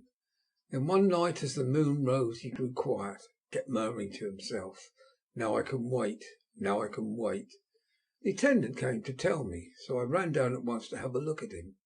He was still in the strait waistcoat and in the padded room, but the suffused look had gone from his face, and his eyes had something of their old pleading, I might almost say cringing softness. I was satisfied with his present condition, and directed him to be relieved. The attendants hesitated, but finally carried out my wishes without protest. It was a strange thing that the patient had humour enough to see their distrust, for coming close to me he said in a whisper, all the while looking furtively at them, "Think I could hurt you? Fancy me hurting you? The fools!" It was soothing somehow to feelings to find myself disassociated, even in the mind of this poor madman, from the others. But all the same I do not follow his thought.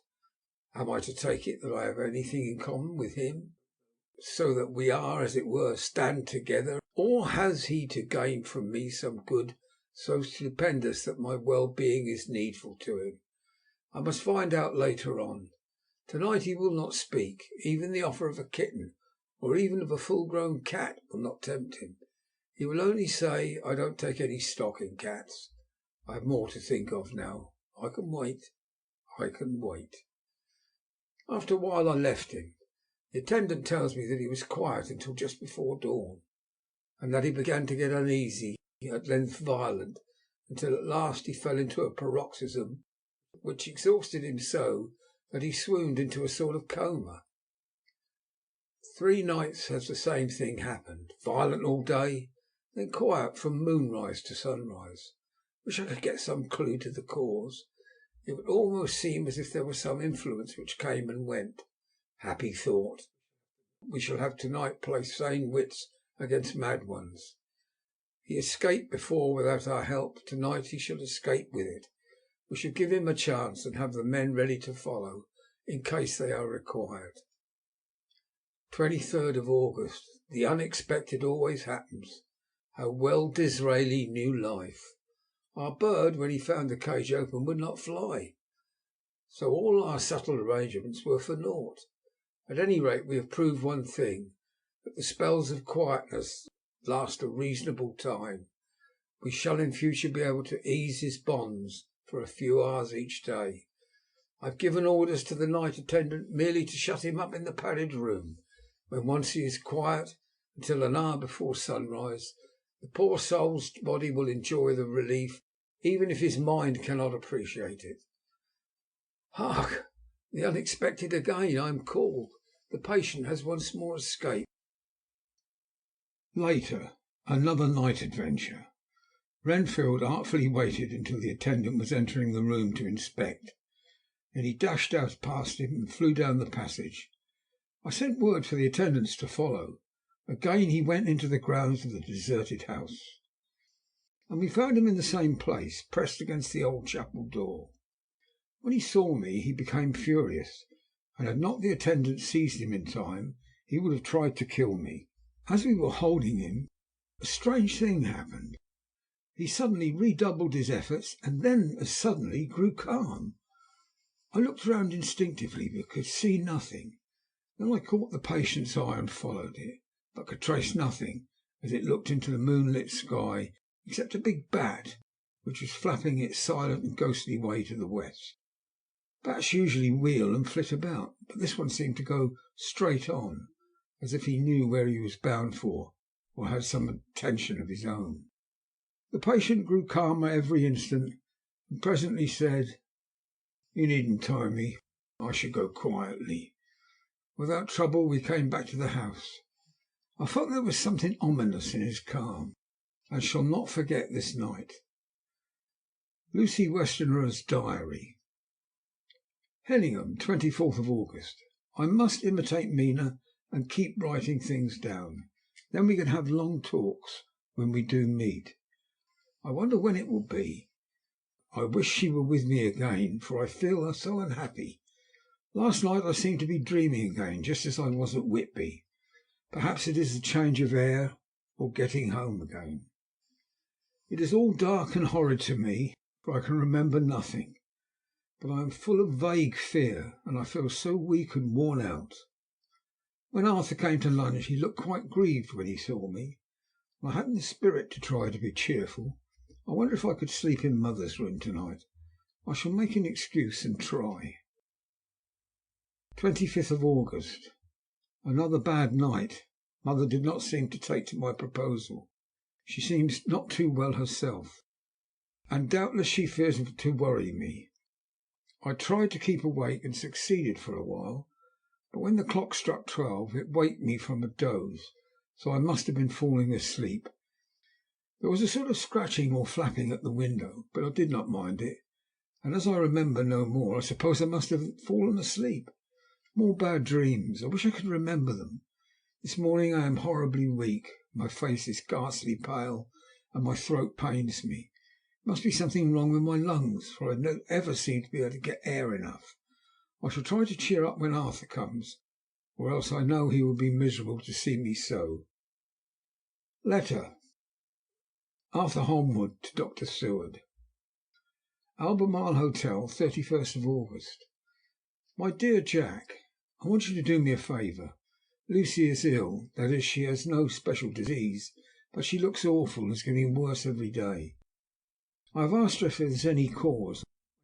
I do not dare to ask her mother, for to disturb the poor lady's mind about her daughter in her present state of health would be fatal.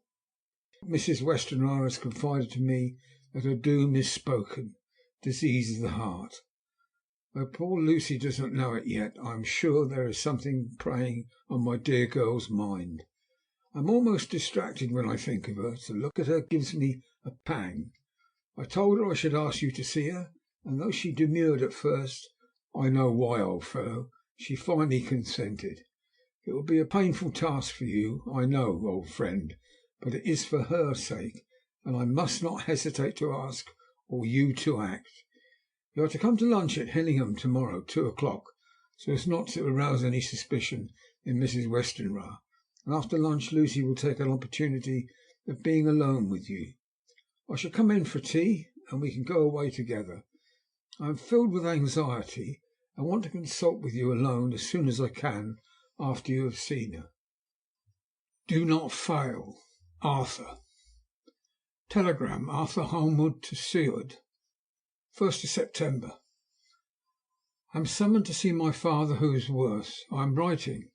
Write me fully by tonight's post to ring wire me if necessary. Letter from Dr. Seward to Arthur Holmwood, 2nd of September. My dear old fellow, with regard to Miss Westerner's health, I hasten to let you know at once that in my opinion there is not any functional disturbance or any malady that I know of. At the same time, I am not by any means satisfied with her appearance. She is woefully different from what she was when I saw her last. Of course, you must bear in mind that I did not have a full opportunity of examination such as I should wish. Our very friendship makes a little difficulty which not even medical science or custom can bridge over. I had better tell you exactly what happened, leaving you to draw, in a measure, your own conclusions. I shall then say what I have done and propose doing. I found Miss Westerner in seemingly gay spirits.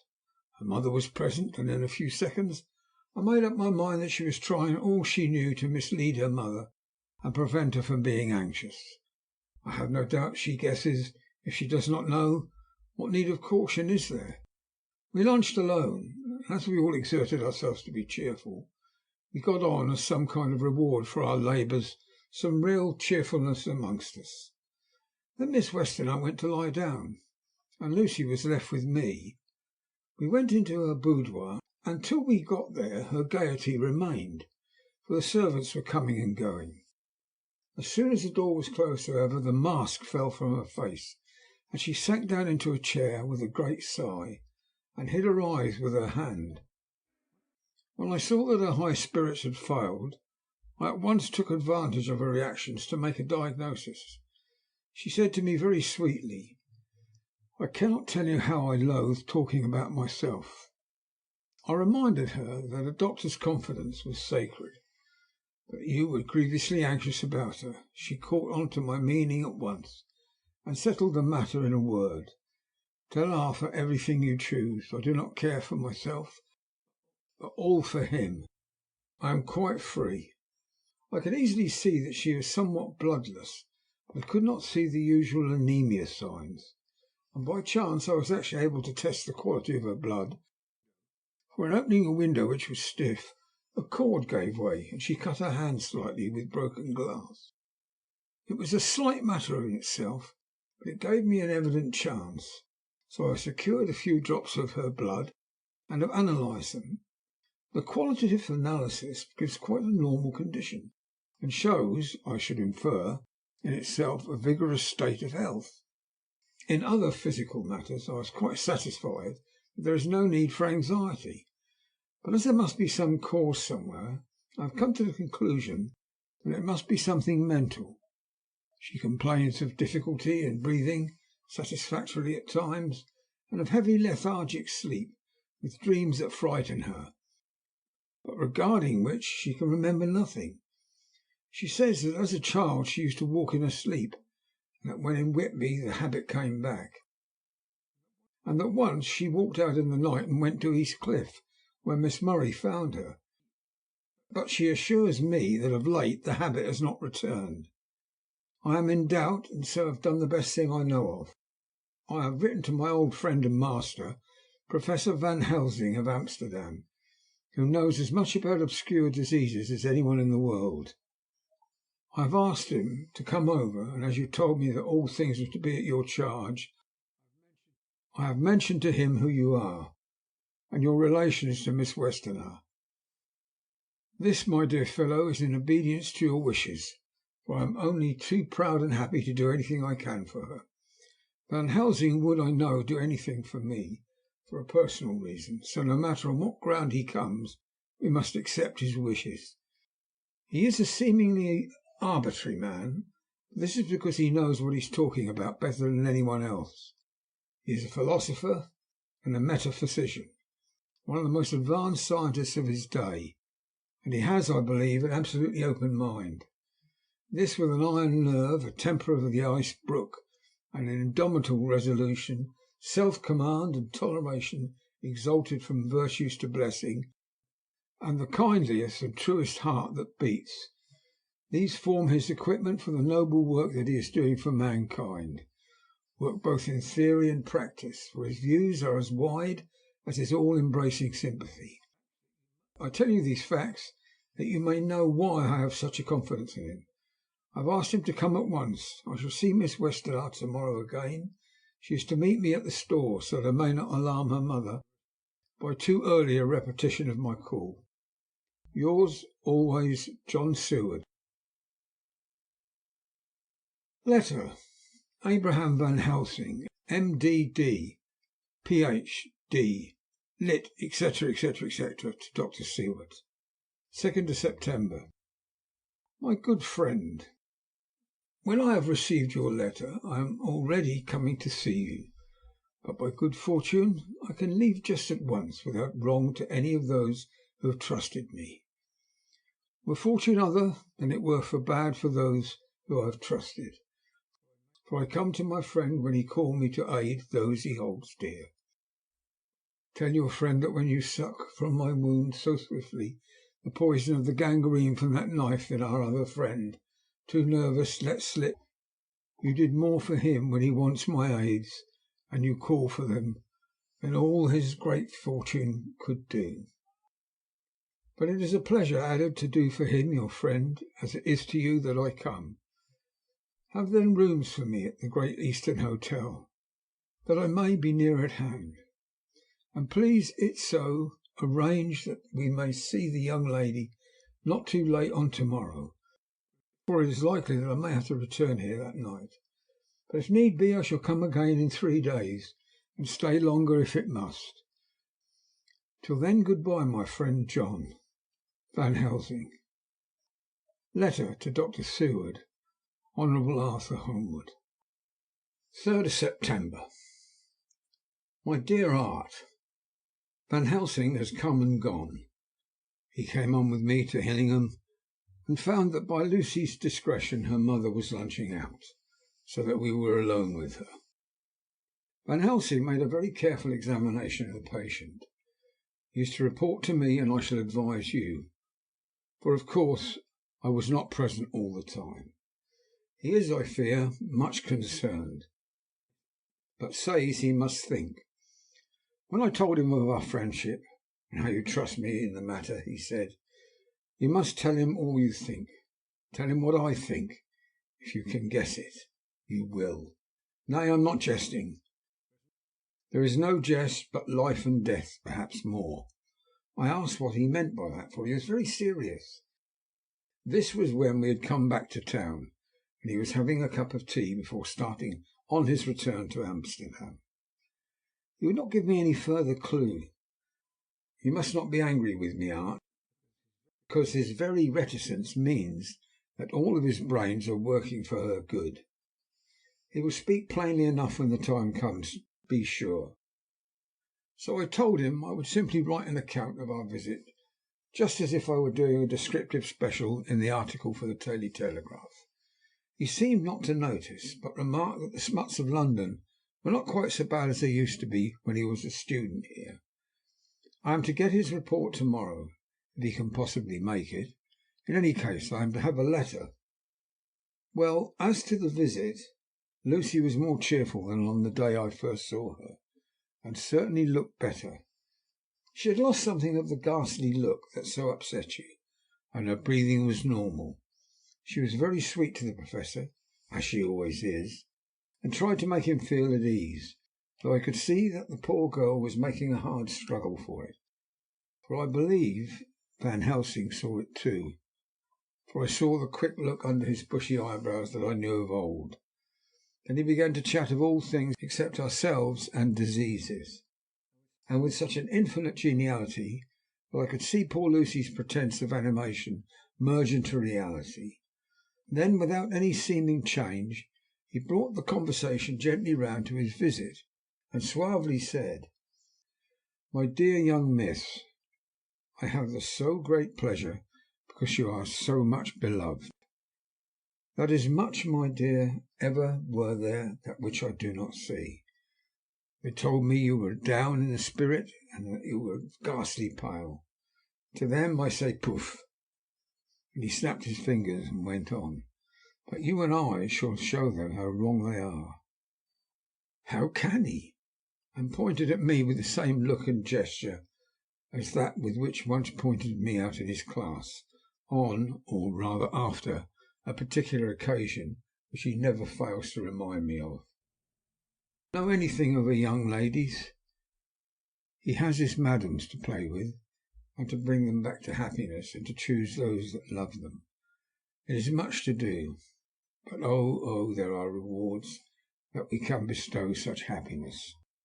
The young ladies, he has no wife nor daughter, and the young do not tell themselves to the young, but to the old, like me, who have known so many sorrows and the causes of them. So, my dear, we will send him away to smoke the cigarette in the garden, while you and I have a little talk all to ourselves." I took the hint and strolled about. Presently the Professor came to the window and called me in. He looked grave, but said, "I have made a careful examination, but there is no functional cause. With you I agree that there has been much blood lost. It has been, but it is not. But the conditions of her are in no way anemic. I have asked her to send me her maid, that I may ask just one or two questions. That so I may not chance miss nothing. I know well what she will say, and yet there is a cause. There's always a cause for everything. I must go back home and think. You must send me the telegram every day, and if there be cause I shall come again. The disease, for not to be all, well, is a disease, interests me, and the sweet young dear, she interests me too. She charmed me, and for her, if not for you or disease, I come. As I tell you, he would not say a word more, even when we were alone. And so now, Art, you know all I know. I shall keep a stern watch. I trust your poor father is rallying. It must be a terrible thing to you, my dear old fellow, to be placed in such a position between two people who are both so dear to you.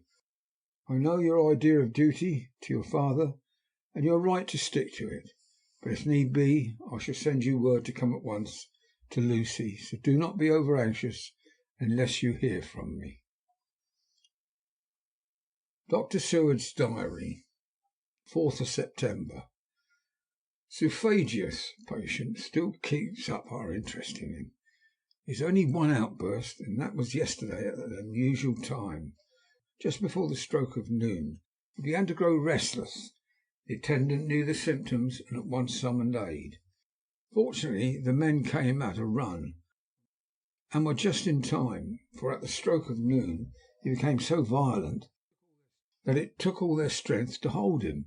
In about 5 minutes, however, he began to get more and more quiet, and finally sank into a sort of melancholy, in which state he has remained up to now. The attendant tells me that his screams whilst in the paroxysm were really appalling. I found my hands full when I got in, attending to some of the other patients who were frightened by him. Indeed, I can understand the effect, for the sounds disturbed even me, though I was some distance away. It is now after the dinner hour of the asylum, and as yet my patient sits in a corner brooding, with a dull, sullen, woebegone look on his face, which seems rather to indicate than to show something directly. I cannot quite understand it. Later, another change in my patient. At 5 o'clock I looked in on him, and found him seemingly happy and contented as he used to be. He was catching flies and eating them. I was keeping note of his capture by making nail marks on the edge of the door between the ridges of padding. When he saw me, he came over and apologized for his bad conduct, and asked me in a very humble, cringing way to be led back to his own room and have his notebook again.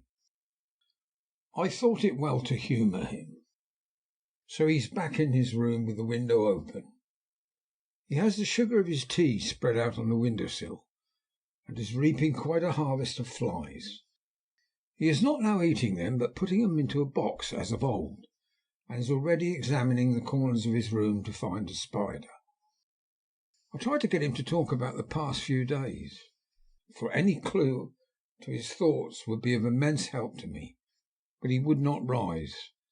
For a moment or two he looked very sad, and said in a sort of far-away voice, as though saying it rather to himself than to me, "All over, all over. He has deserted me. No hope for me now, unless I do it for myself." Then suddenly turning to me in a resolute way, he said, "Doctor, won't you be very good to me and let me have a little more sugar? I think it would be good for me." "And the flies?" I said. "Yes, the flies like it too, and I like the flies, therefore I like it. And there are people who know so little as to think that madmen do not argue." I procured him a double supply, and left him as happy a man as I suppose any in the world. I wish I could fathom his mind.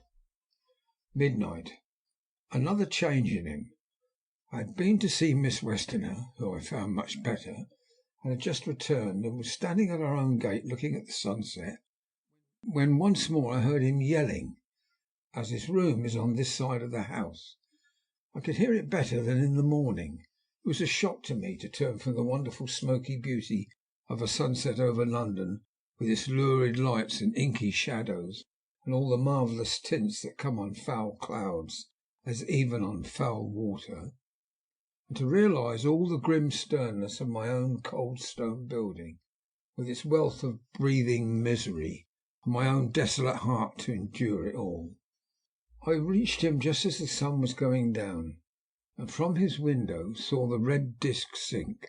As it sank, he became less and less frenzied, and just as it dipped, he slid from the hands that held him, an inert mass on the floor.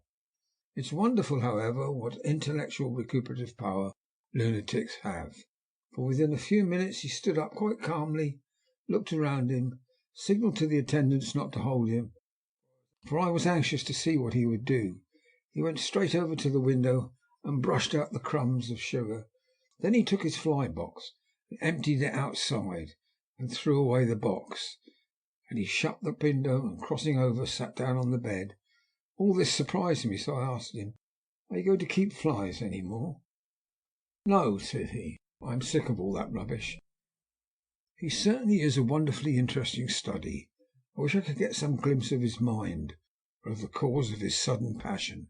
Stop! There may be a clue after all.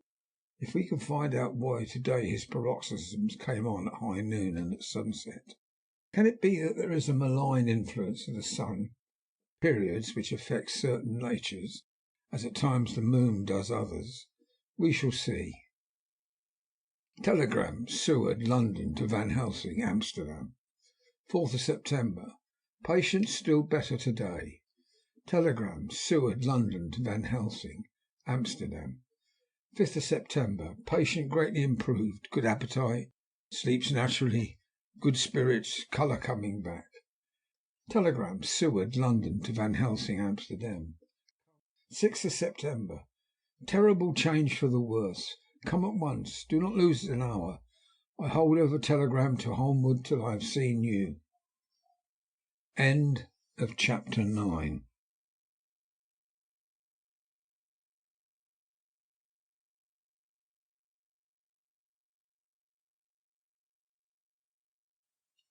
Chapter 10. Letter, Dr. Seward, to the Honourable Arthur Holmwood, 6th September. My dear Art, my news today is not so good. Lucy this morning had gone back a bit. There is, however, one good thing which has arisen from it. Mrs. Westerner was naturally anxious concerning Lucy, and has consulted me professionally about her.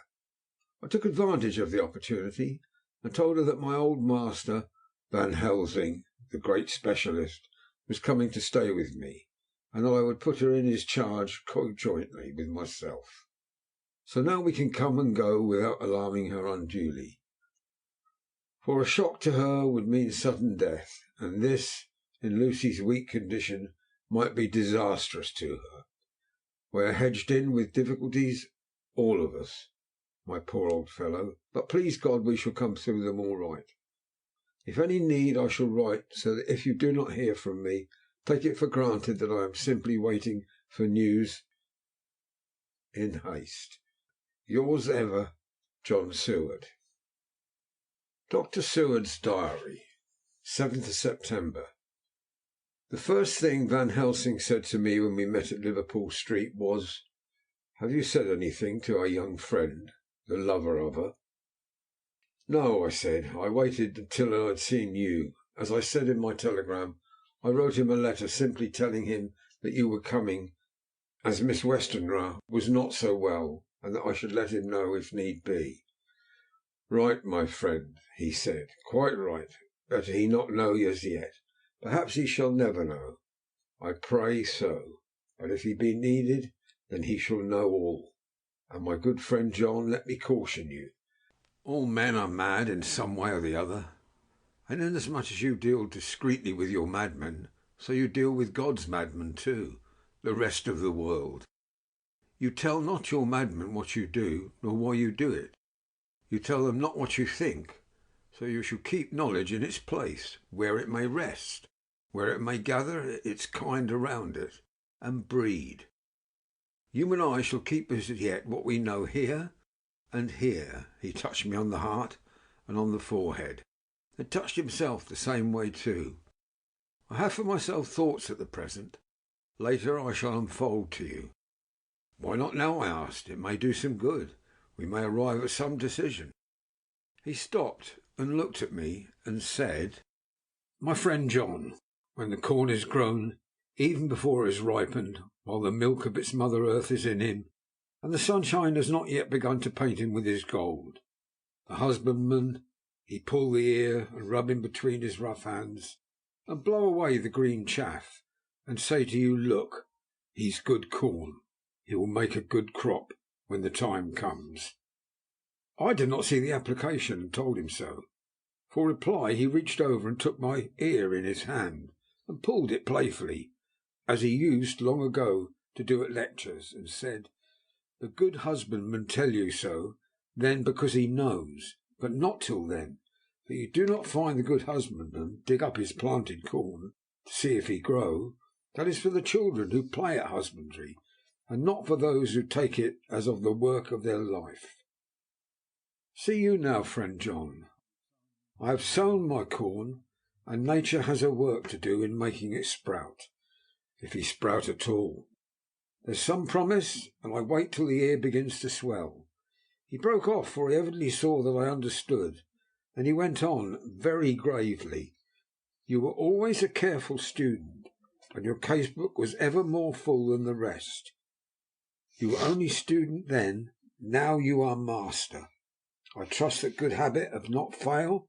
Remember, my friend, that knowledge is stronger than memory, and we should not trust the weaker. Even if you have not kept the good practice, let me tell you that this case of our dear Miss is one that may be, mind I say may be, of such interest to us and others that all the rest may not make him kick the beam, as your people say. And take good note of it, nothing is too small. I counsel you, put down in record even your doubts and surmises. Hereafter it may be of interest to you to see how true you guess. We learn from failure, not from success." When I described Lucy's symptoms, the same as before, but infinitely more marked, he looked very grave, but said nothing. He took with him a bag in which were many instruments and drugs, the ghastly paraphernalia of our beneficial trade, as he once called it in one of his lectures, the equipment of a professor of the healing craft. When we were shown in, Mrs. Westenra met us. She was alarmed, but not nearly so much as I expected to find her. Nature, in one of her beneficent moods, has ordained that even death has some antidote to its own terrors. Here, in a case where any shock may prove fatal, matters are so ordered that from some cause or other, the things not personal, even the terrible change in her daughter, to whom she is so attached, do not seem to reach her. It's something like why Dame Nature gathers round a foreign body an envelope of some insensitive tissue which can protect from evil that which it would otherwise harm by contact. If this be an ordered selfishness, then we should pause before we condemn any one for the voice of egoism, for there may be deeper root for its causes than we have knowledge of. I used my knowledge of this phase of spiritual pathology, and laid down a rule that she should not be present with Lucy or think of her illness more than was absolutely required. She assented readily, so readily that I saw again the hand of nature fighting for life. Van Helsing and I were shown up to Lucy's room. If I was shocked when I saw her yesterday, I was horrified when I saw her today. She was ghastly, chalkily pale. The red seemed to have gone even from her lips and gums, and the bones of her face stood out prominently. Her breathing was painful to see or hear. Van Helsing's face grew set as marble, and his eyebrows converged till they almost touched over his nose. Lucy lay motionless and did not seem to have the strength to speak. So for a while we were all silent. Then Van Helsing beckoned to me, and we went gently out of the room. The instant we had closed the door, he stepped quickly along the passage to the next door, which was open. Then he pulled me quickly in with him and closed the door. "My God," he said, "this is dreadful. There is no time to be lost. She will die for sheer want of blood. To keep the heart's action as it should be, there must be a transfusion of blood at once. Is it you or me?" "I am younger and stronger, Professor. It must be me." "Then get ready at once. I will bring up my bag. I am prepared." I went downstairs with him. As we were going, there was a knock on the hall door. When we reached the hall, the maid had just opened the door, and Arthur was stepping quickly in. He rushed up to me, saying in an eager whisper, "Jack, I was so anxious. I read between the lines of your letter, and have been in agony. Dad was better, so I ran down here to see for myself." "Is not that gentleman Dr. Van Helsing? I am so thankful to you, sir, for coming." When first the Professor's eye had lit upon him, he had been angry at his interruption at such a time, but now, as he took his stalwart proportions and recognized the strong and young manhood which seemed to emanate from him, his eyes gleamed. Without a pause, he said to him gravely as he held out his hand, "Sir, you have come in time. You are the lover of our dear Miss. She is bad, very, very bad. Nay, my child, do not go on like that," for he suddenly grew pale and sat down in a chair, almost fainting. "You are to help her. You can do more than any that live, and your courage is your best help." "What can I do?" asked Arthur hoarsely. "Tell me, and I shall do it. My life is hers, and I'd give the last drop of my blood in my body for her." The Professor has a strongly humorous side, and I could see from old knowledge detect a trace of its origin in his answer. "My young sir, I do not ask so much as that. Not the last." "What shall I do?" There was fire in his eyes, and his open nostril quivered with intent. Van Helsing slapped him on the shoulder. "Come," he said. "You are a man, and it is a man we want. You are better than me, better than my friend John." Arthur looked bewildered, and the Professor went on by explaining in a kindly way. "Young Miss is bad, very bad. She wants blood, and blood she must have or die. My friend John and I have consulted, and we are about to perform what we call a transfusion of blood, to transfer from full veins of one to the empty veins which pine for him. John was to give his blood, and he is the more young and strong than me."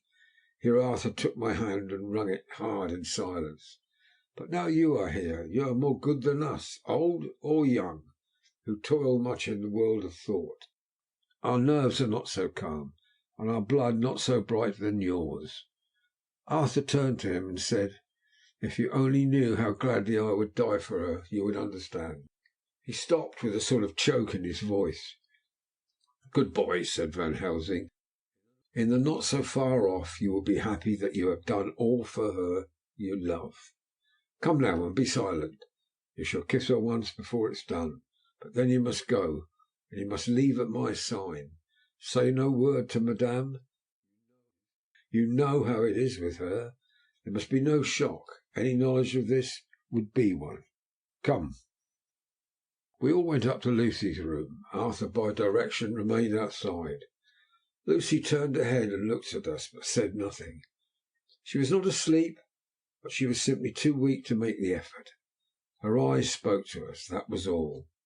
Van Helsing took some things from his bag and laid them on a little table out of sight. Then he mixed a narcotic. Coming over to the bed, he said cheerily, "Now, little miss, here is your medicine. Drink it off, like a good child. See, I lift you so that to swallow is easy. Yes?" She had made the effort with success. It astonished me how long it took the drug to act.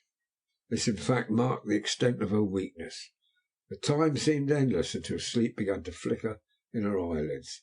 At last, however, the narcotic began to manifest its potency, and she fell into a deep sleep. When the Professor was satisfied, he called Arthur into the room and bade him strip off his coat. Then he added, "You may take that one little kiss whilst I bring over the table. Friend John helped to me." So neither of us looked whilst he bent over her.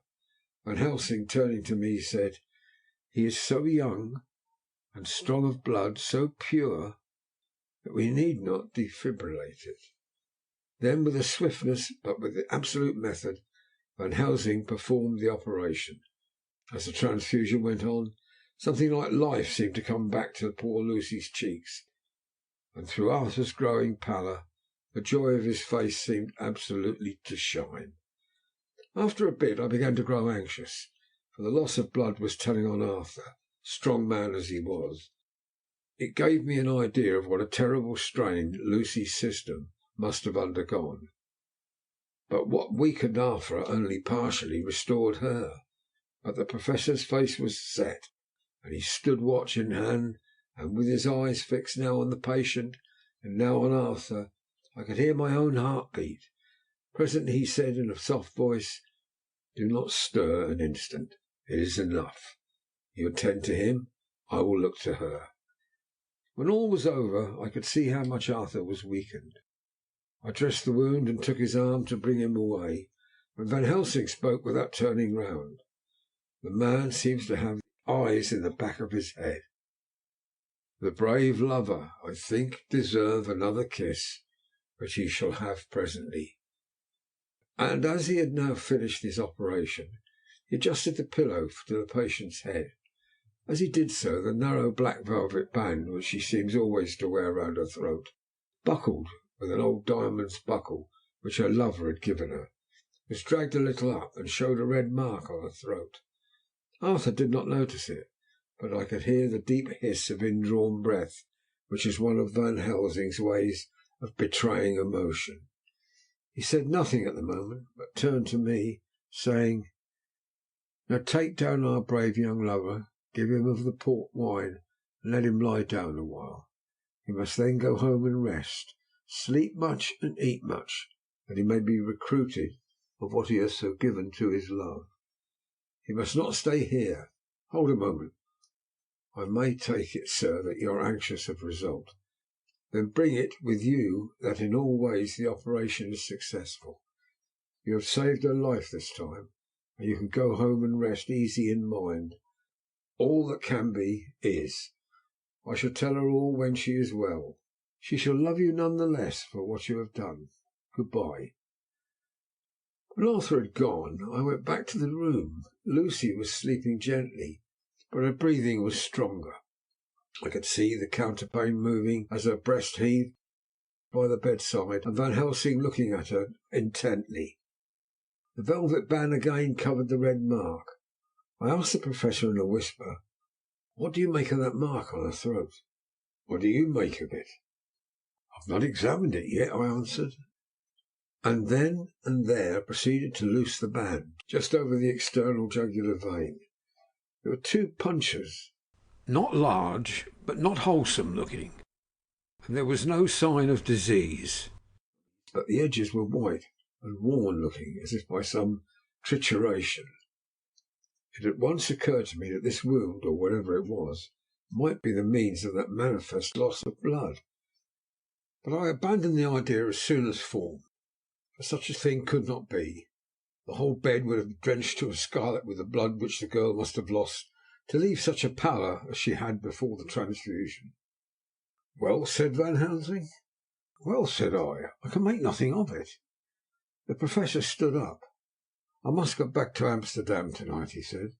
"There are books and things there which I want.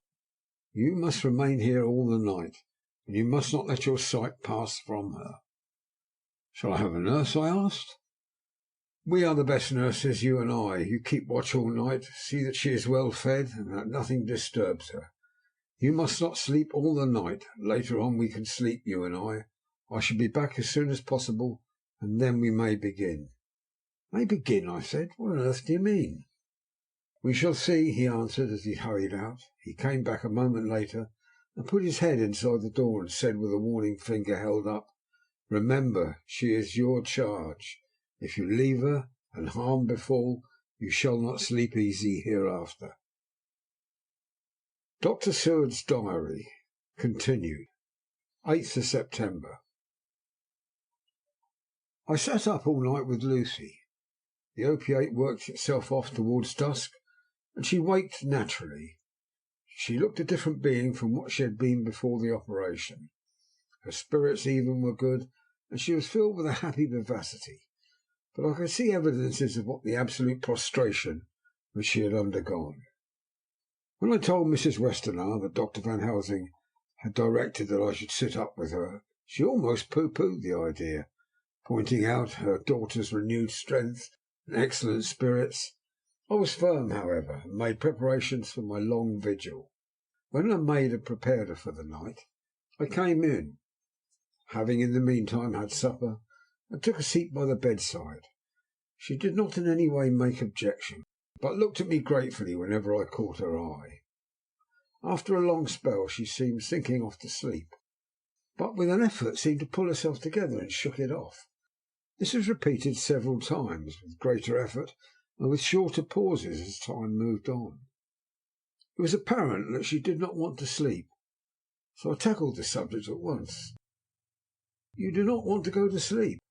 "No, I am afraid." "Afraid to go to sleep? Why so? It is the boon we all crave for." "Ah, not if you were like me. If sleep was to you a presage of horror." "A presage of horror? What on earth do you mean?" I don't know, and it's what is so terrible. All this weakness comes to me in sleep, until I dread the very thought." "But, my dear girl, you may sleep to-night. I am here watching you, and I can promise that nothing will happen." "Oh, I can trust you." I seized the opportunity and said, "I promise you that if I see any evidence of bad dreams I will wake you at once." "You will?" "Oh, will you really? How good you are to me! Then I will sleep." And almost at the word she gave a deep sigh of relief and sank back asleep. All night long I watched by her. She never stirred, but slept on and on in a deep, tranquil, life-saving, health-giving sleep. Her lips were slightly parted, and her breast rose and fell with the regularity of a pendulum. There was a smile on her face, and it was evident that no bad dreams had come to disturb her peace of mind. In the early morning her maid came, and I left her in her care and took myself back home, for I was anxious about many things. I sent a short wire to Van Helsing and to Arthur, telling them of the excellent result of the operation. My own work, with its manifold arrears, took me all day to clear off. It was dark when I was able to inquire about my Zoophagus patient. The report was good. He had been quite quiet for the past day and night. A telegram came from Van Helsing at Amsterdam, whilst I was at dinner, suggesting that I should be at Hillingham tonight, as it might be well to be at hand, and stating that he was leaving by night mail and would join me early in the morning. 9th of September. I was pretty tired and worn out when I got to Hillingham. For 2 nights I had hardly had a wink of sleep, and my brain was beginning to feel that numbness which marks cerebral exhaustion. Lucy was up and in cheerful spirits. When she shook hands with me, she looked sharply at my face and said, "No sitting up tonight for you. You're worn out. I'm quite well again. Indeed I am. If there's to be any sitting up, it is I who will sit up with you." I would not argue the point, but went on and had my supper. Lucy came with me, and, enlivened by her charming presence, I made an excellent meal, and had a couple of glasses of the more than excellent port. Then Lucy took me upstairs and showed me a room next to her own, where a cosy fire was burning. "Now," she said, "you must stay here. I shall leave this door open, and my door too. You can lie on the sofa, for I know that nothing would induce any of you doctors to go to bed whilst there's a patient above the horizon. If I want anything, I shall call out, and you can come to me at once." I could not but acquiesce, for I was dog-tired, and could not have sat up had I tried. So on her renewing her promise to call me if she should want anything, I lay on the sofa and forgot all about everything. Lucy Westenra's Diary, 9th of September. I feel so happy tonight. I've been so miserably weak that to be able to think and move about is like feeling sunshine after a long spell of east wind out of a steel sky. Somehow Arthur feels very close to me. I seem to feel his presence warm about me. I suppose it is that sickness and weakness are selfish things, and turn our inner eyes and our sympathy on ourselves, whilst health and strength give love rein, and in thought and feeling he can wander where he wills. I know where my thoughts are. If only Arthur knew. My dear, dear, your ears must tingle as you sleep, as mine do waking. Oh, the blissful rest of last night, how I slept with that dear good Dr. Seward watching me. And tonight I shall not fear to sleep, since he is close at hand and within call. Thank everybody for being so good to me. Thank God. Good night, Arthur. Dr. Seward's Diary, 10th of September. I was conscious of the Professor's hand on my head, started awake and all in a second. That is one of the things that we learn in an asylum, at any rate. "And how is our patient?" "Well, when I left her, or rather when she left me," I answered. "Come, let us see," he said, and together we went into the room. The blind was down, and I went over to raise it gently, whilst Van Helsing stepped with his soft cat-like tread over to the bed. As I raised the blind and the morning sunlight flooded in the room, I heard the Professor's low hiss of inspiration, and knowing its rarity, a deadly fear shot through my heart. As I passed over, he moved back, and his exclamation of horror, "Gott in Himmel," needed no enforcement from his agonized face. He raised his hand and pointed to the bed, and his iron face was drawn and ashen white. I felt my knees begin to tremble. There on the bed, seemingly in a swoon, lay poor Lucy, more horribly white and wan-looking than ever. Even the lips were white, and the gums seemed to have shrunken back from the teeth, as we sometimes see in a corpse after a prolonged illness. Van Helsing raised his foot to stamp in anger, but the instinct of his life and all the long years of habit stood to him, and he put it down again softly. "Quick," he said, "bring the brandy." I flew to the dining room and returned with the decanter. He wetted the poor white lips with it, and together we rubbed the palms and wrist and heart. He felt her heart, and after a few moments of agonizing suspense, said, "It's not too late. It beats, though but feebly. All our work is undone. We must begin again. There is no young Arthur here now. I have to call upon yourself this time, friend John." As he spoke, he was dipping into his bag and producing the instruments for the transfusion. I had taken up my coat and rolled up my shirt sleeve. There was no possibility of an opiate at present, and no need of one, and so, without a moment's delay, we began the operation. After a time, it did not seem a short time either, for the draining away of one's blood, no matter how willingly it be given, is a terrible feeling. Van Helsing held up a warning finger. "Do not stir," he said, "but I fear with growing strength she may wake, and that would make danger, oh, so much danger. But I shall precaution take. I shall give hypodermic injection of morphia." He proceeded then swiftly and deftly to carry out his intent. The effect on Lucy was not bad, for the faint seemed to merge subtly into the narcotic sleep. It was with a feeling of personal pride that I could see a faint tinge of colour steal back into the pallid cheeks and lips. No man knows, till he experiences it, what it is to feel his own life-blood drawn away into the veins of a woman he loves. The Professor watched me critically. That will do, he said. Already, I remonstrated.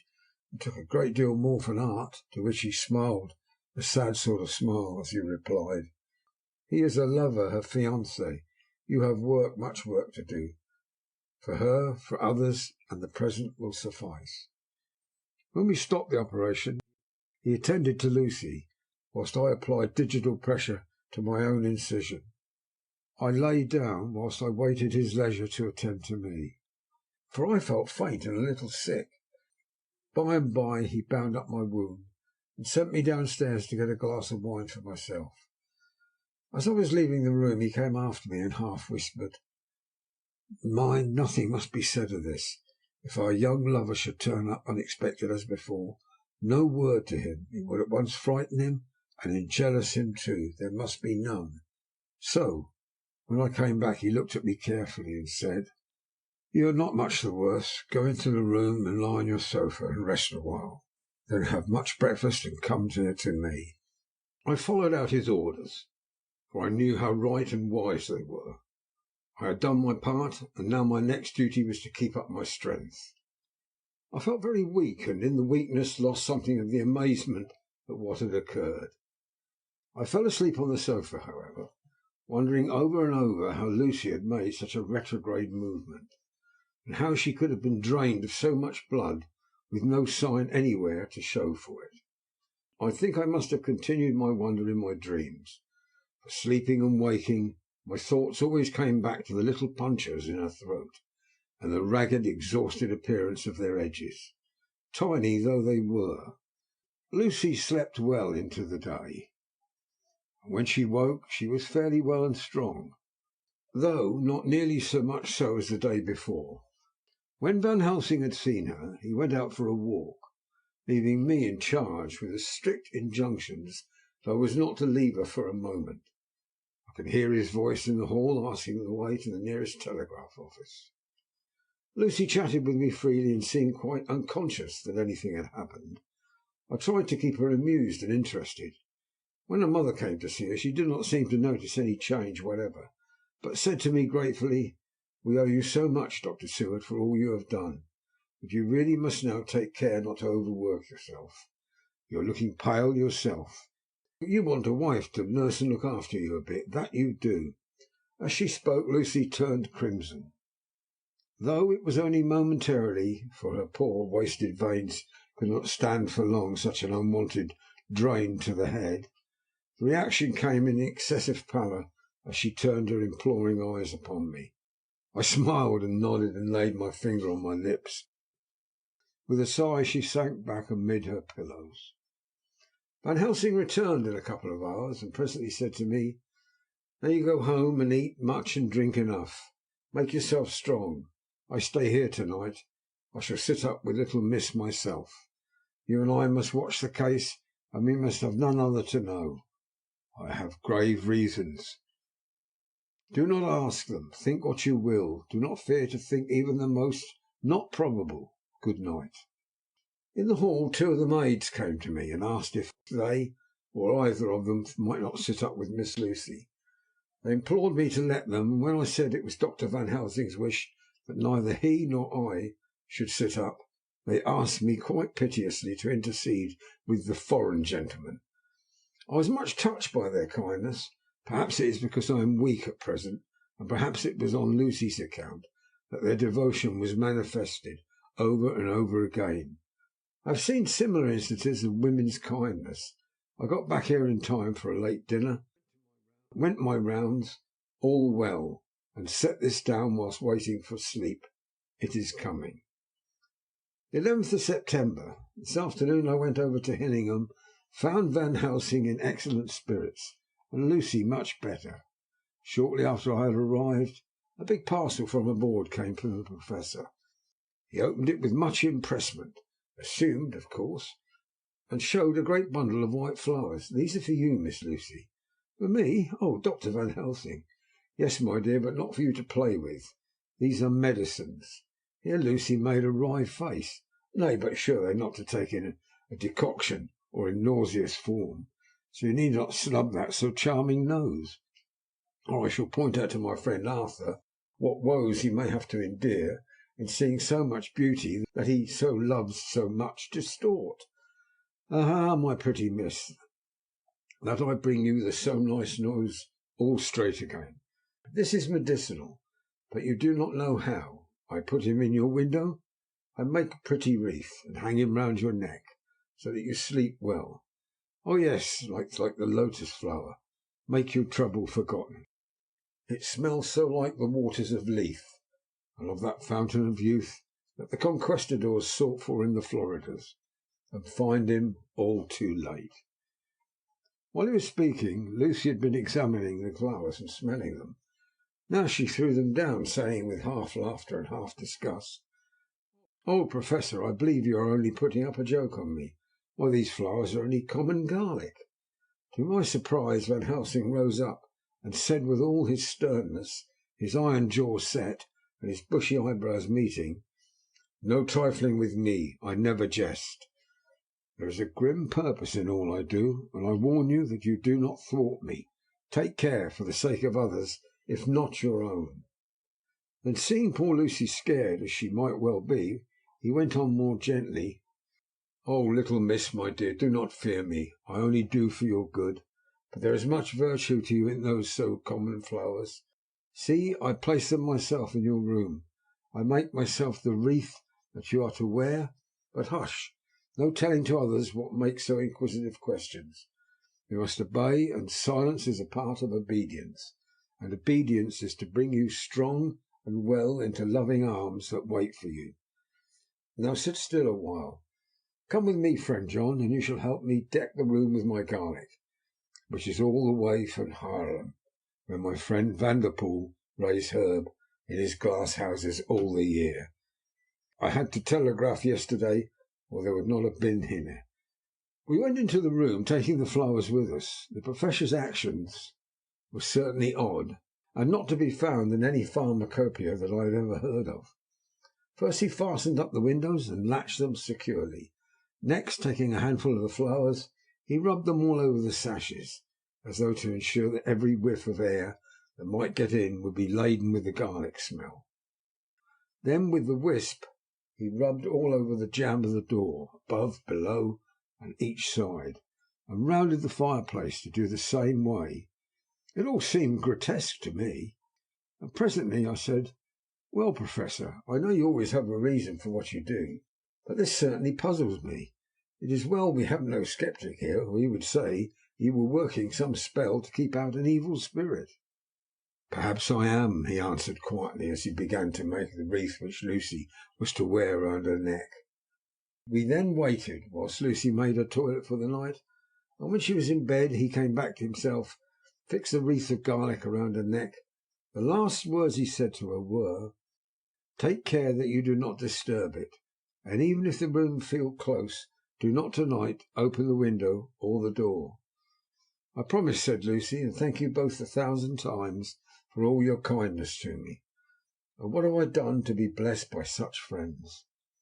As we left the house in my fly, which was waiting, Van Helsing said, "Tonight I can sleep in peace, and sleep I want. 2 nights of travel, much reading in the day, between much anxiety on the day to follow, and a night to sit up without to wink.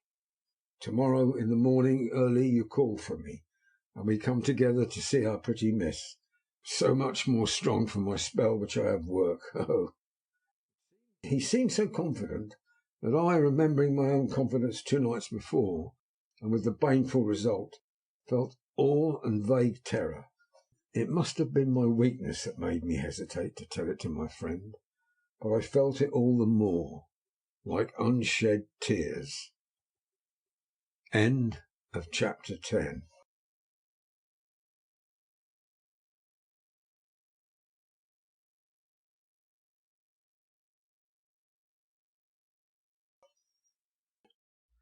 Chapter 11. Lucy Westenra's Diary. 12th of September.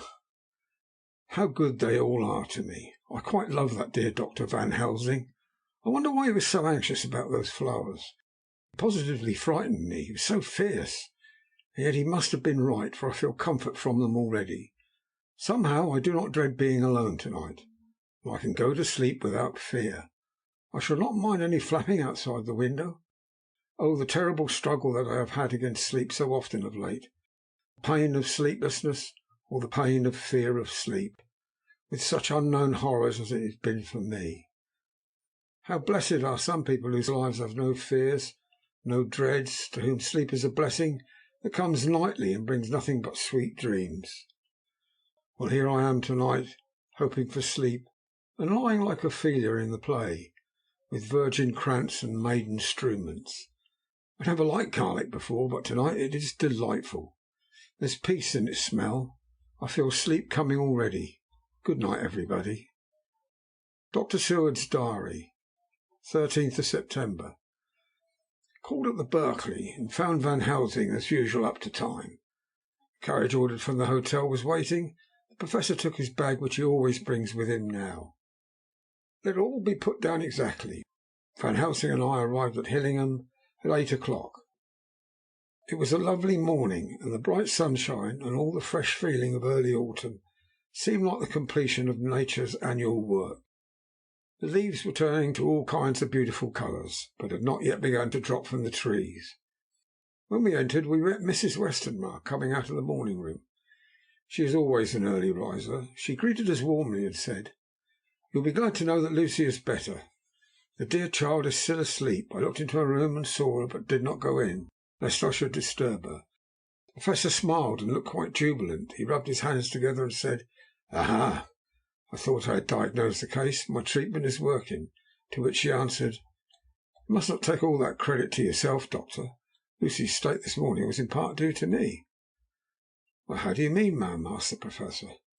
"Well, I was anxious about the dear child in the night and went into her room. She was sleeping soundly, so soundly that even my coming did not wake her. But the room was awfully stuffy, and a lot of those horrible strong-smelling flowers about everywhere, and she actually had a bunch of them round her neck. I feared that a heavy odour would be too much for the dear child in her weak state, so I took them all away and opened up a bit of the window to let in a little fresh air. You will be pleased with her, I am sure." She moved off into her boudoir, where she usually breakfasted early. As she had spoken, I watched the Professor's face and saw it turn ashen grey. Had he been able to retain his self-command whilst the poor lady was present, for he knew her state, and how mischievous a shock would be? He actually smiled on her as he held open the door for her to pass into her room. But the instant she had disappeared, he pulled me suddenly and forcibly into the dining room and closed the door.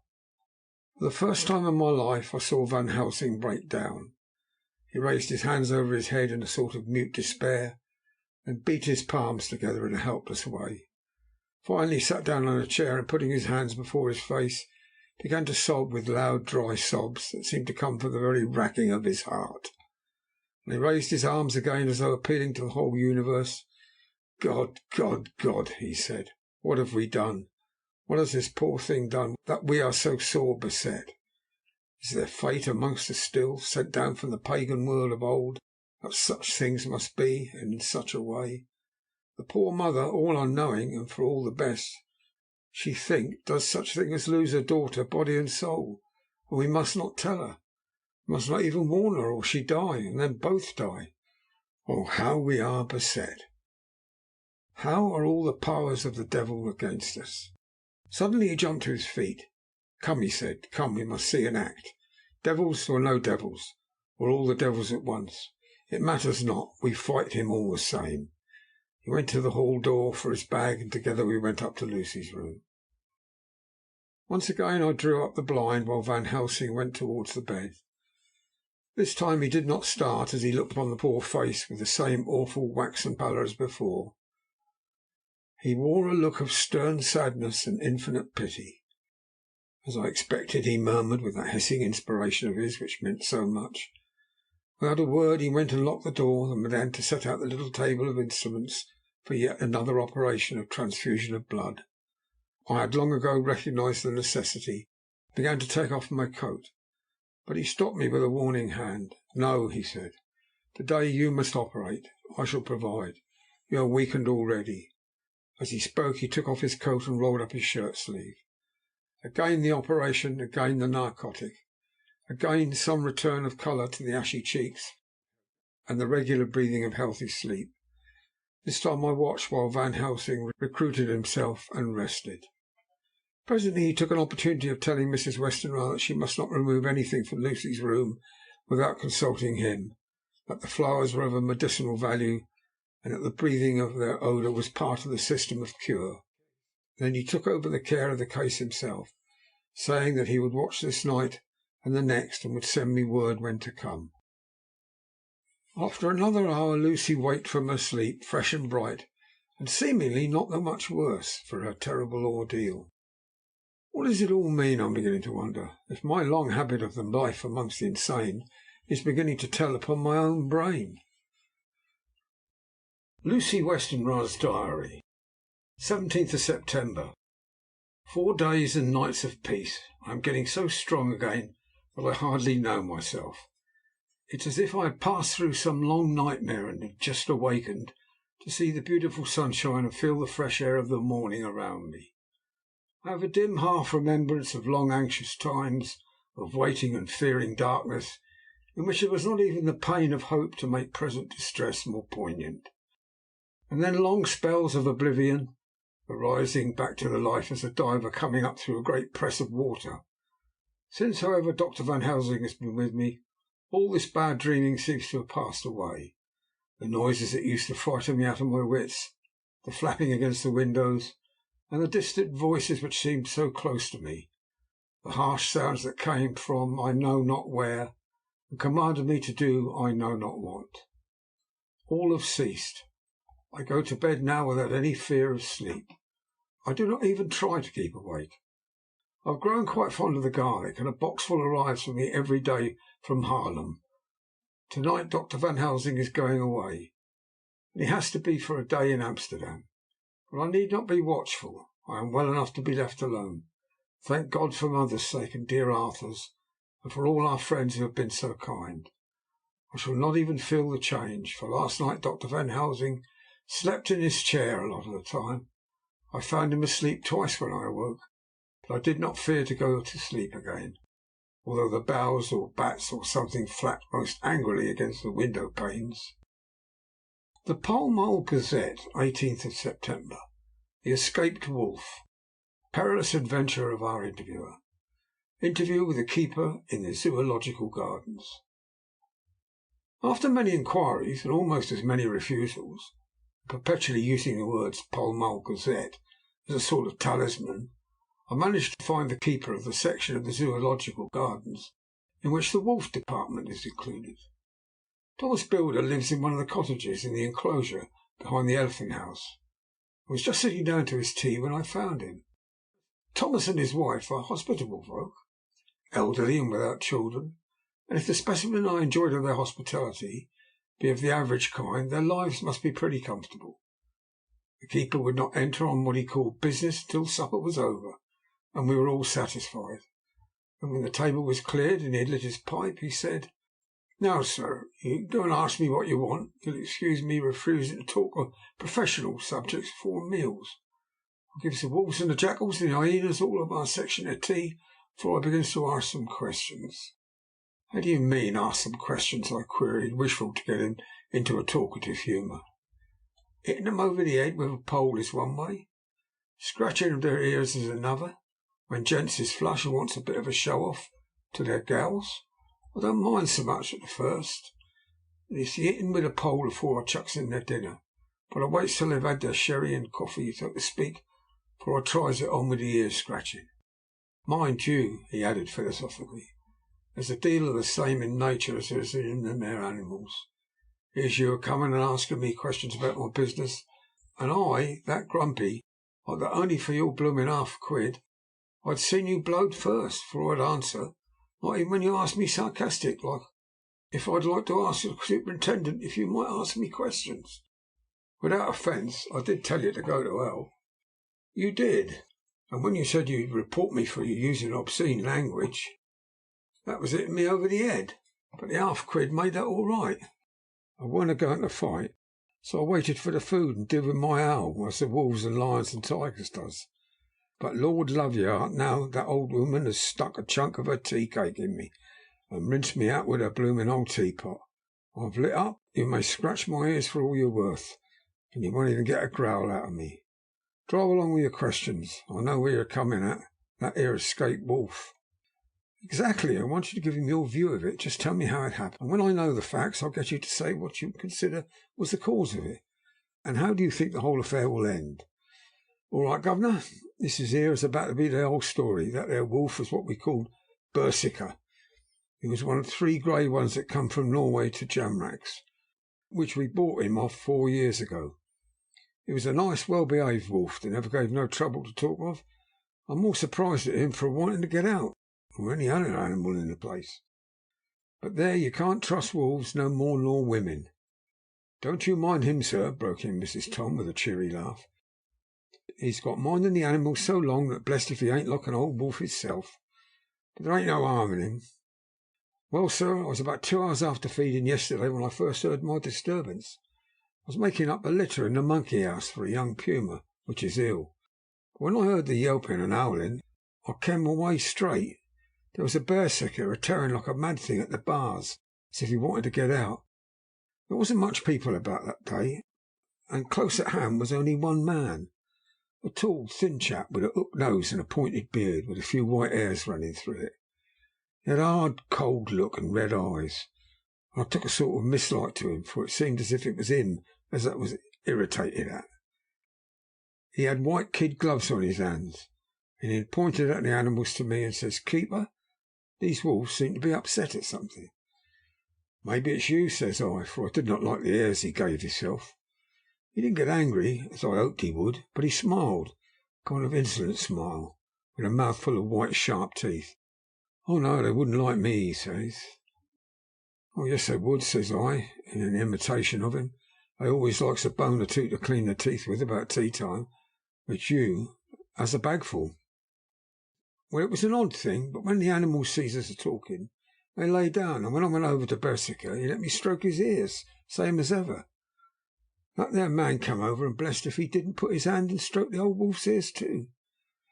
'Take care,' says I, 'Berserker is quick.' 'Never mind,' he says, 'I'm used to 'em.'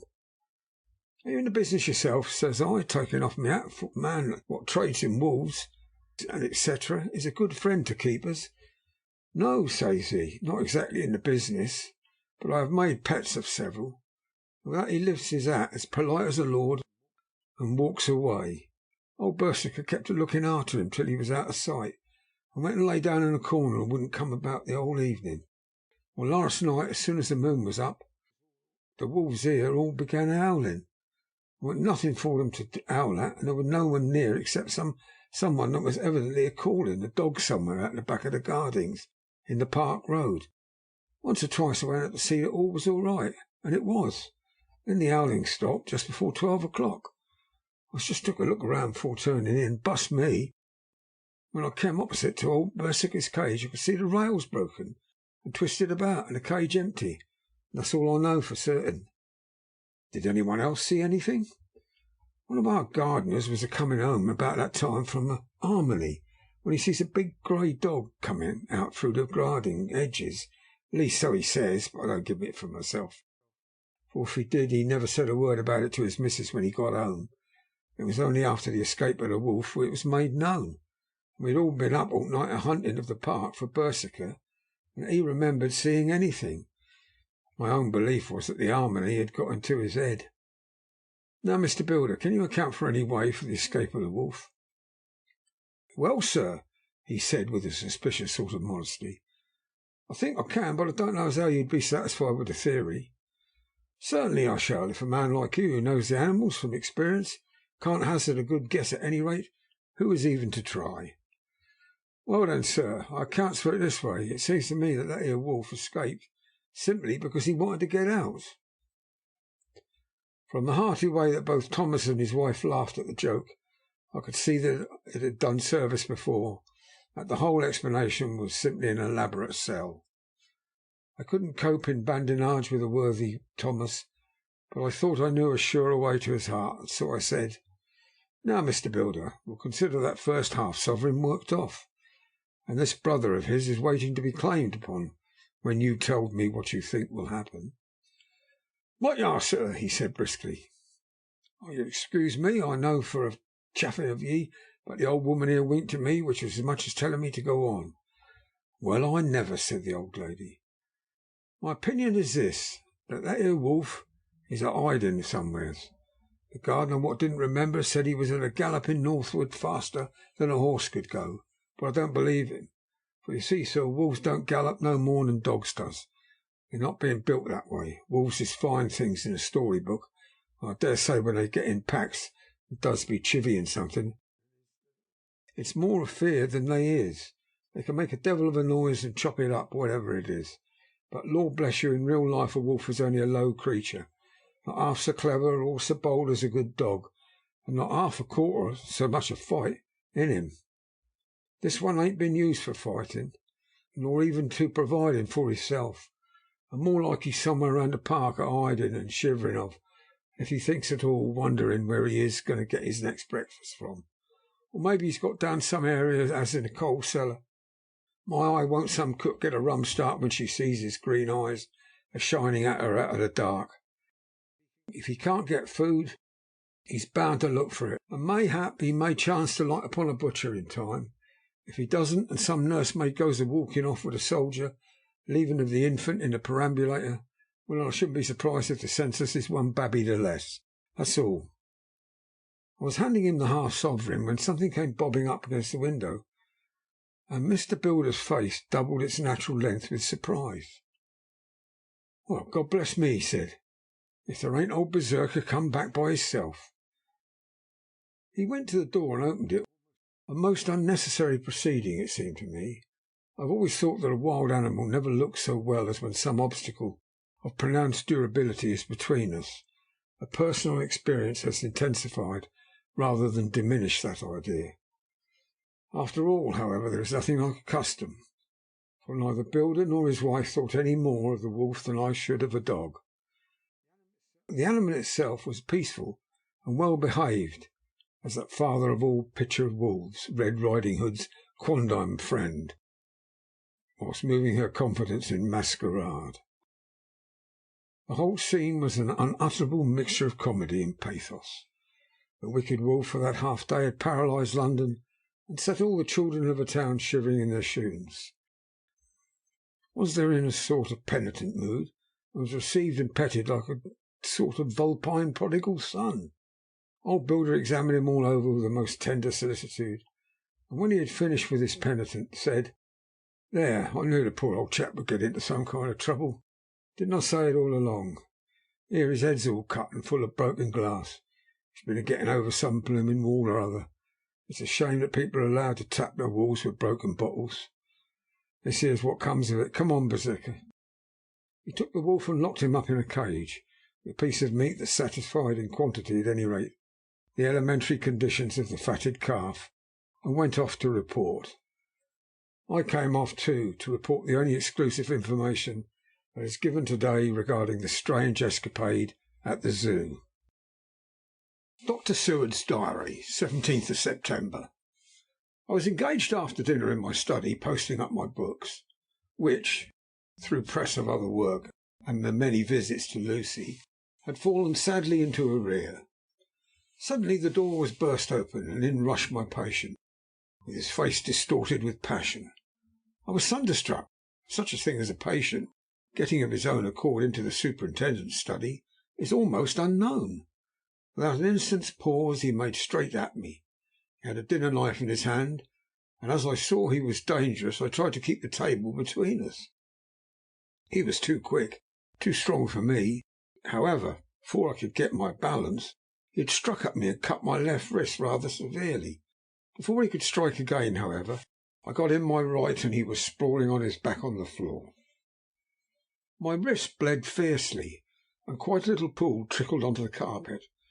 I saw that my friend was not intent on further effort, and occupied myself binding up my wrist, keeping a wary eye on the prostrate figure all the time.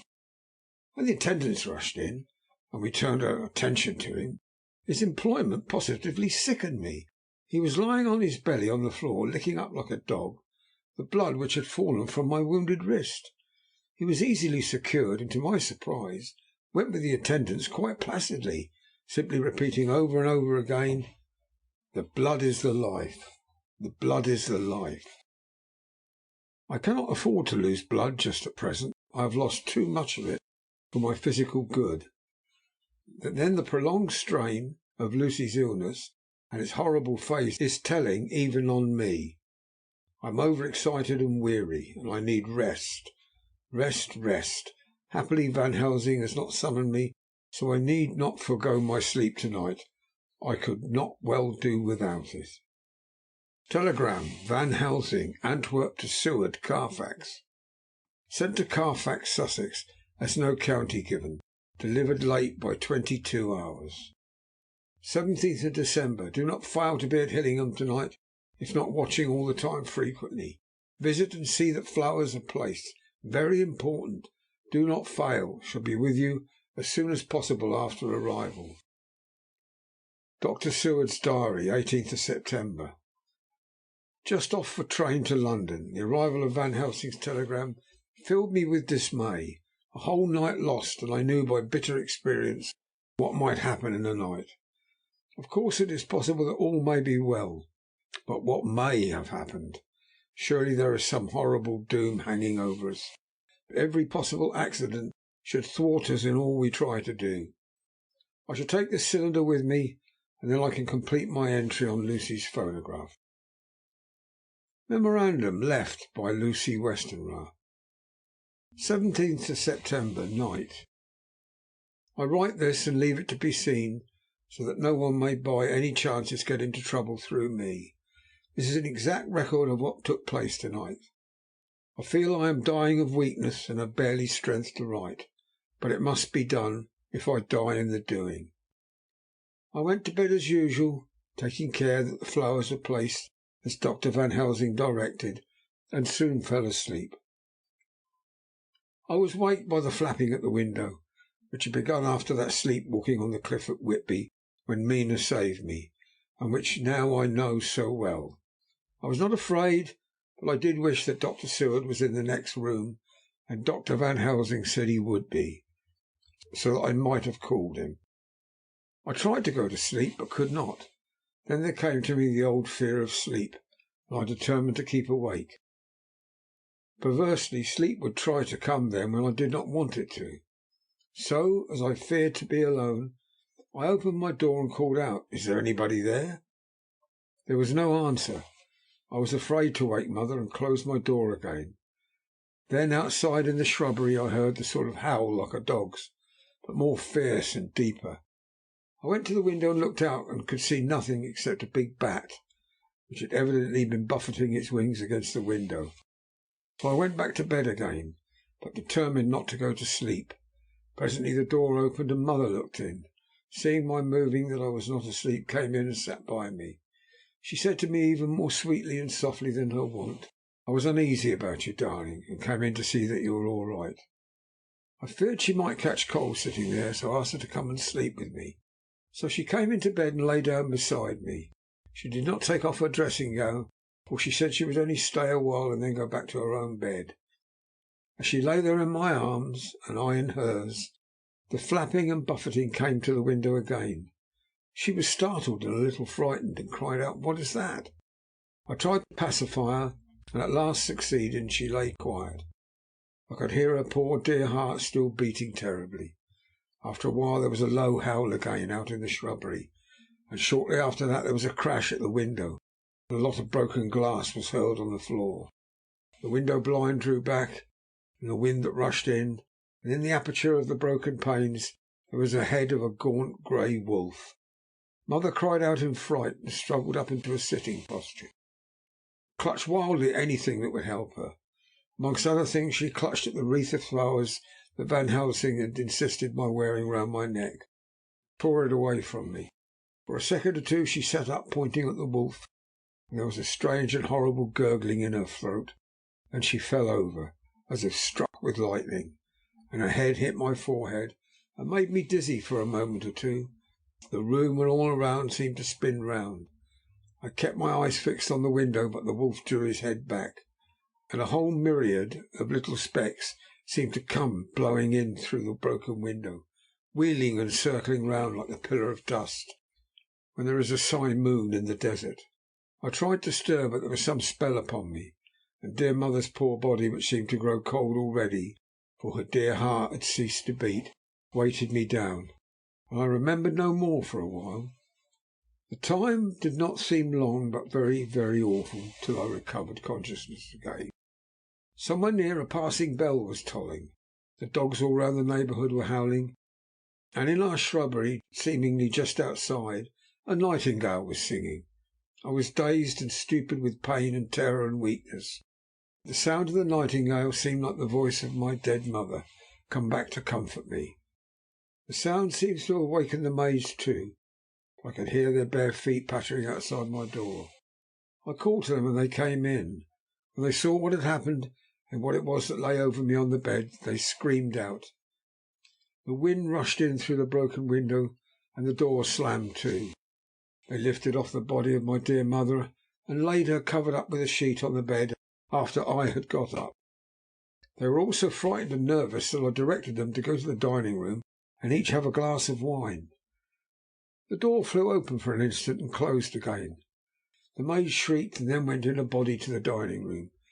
As I laid what flowers I had on my dear mother's breast, when they were there, I remembered what Dr. Van Helsing had told me, but I didn't like to remove them, and besides, I would have some of the servants to sit up with me now. I was surprised that the maids did not come back. I called them, but got no answer, so I went to the dining room to look for them. My heart sunk when I saw what had happened. All four lay helpless on the floor, breathing heavily. The decanter of sherry was on the table, half full, but there was a queer acrid smell about it. I was suspicious and examined the decanter. It smelt of laudanum, and looking on the sideboard, I found the bottle which mother's doctor uses for her, or did use, was empty. What am I to do? What am I to do? I am back in the room with mother. I cannot leave her, and I am alone, save for the sleeping servants, whom someone has drugged. Alone with the dead. I dare not go out now, for I can hear the low howl of the wolf through the broken window. The air seems full of specks floating and circling from the draught from the window, and the lights burn blue and dim. What am I to do? God shield me from harm this night. I shall hide this paper in my breast, where they shall find it when they come to lay me out. My dear mother gone, it is time that I go too. Goodbye, dear Arthur. If I should not survive this night, God keep you, and God help me.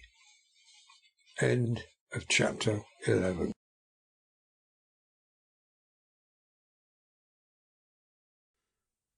Chapter 12. Dr. Seward's Diary. 18th of September.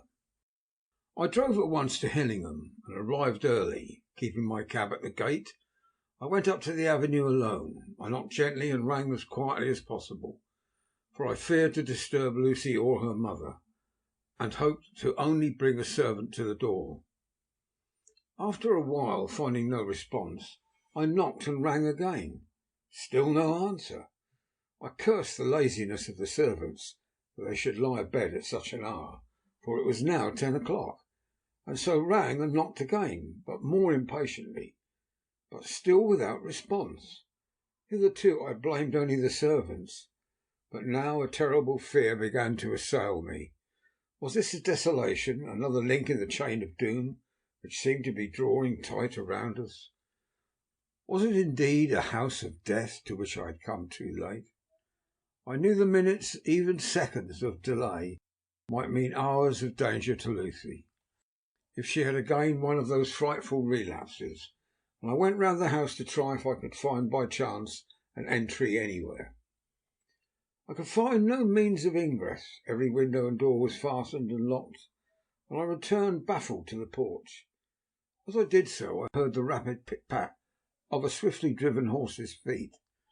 They stopped at the gate, and a few seconds later I met Van Helsing running up the avenue. When he saw me, he gasped out, "And it was you! And just arrived! How is she? Are we too late? Did she not get my telegram?" I answered as quickly and coherently as I could that I had only got his telegram early in the morning, and had not lost a minute in coming here, and that I could not make any one in the house hear me.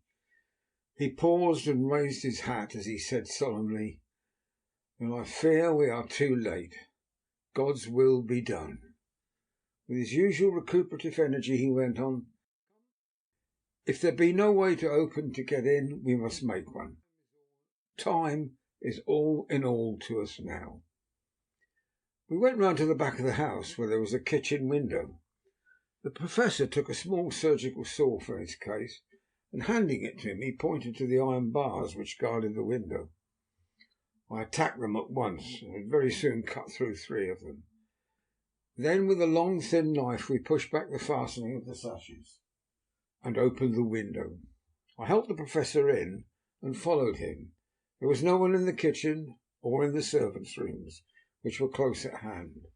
We tried all the rooms as we went along, and in the dining room, dimly lit by rays of light through the shutters, found 4 servant women lying on the floor.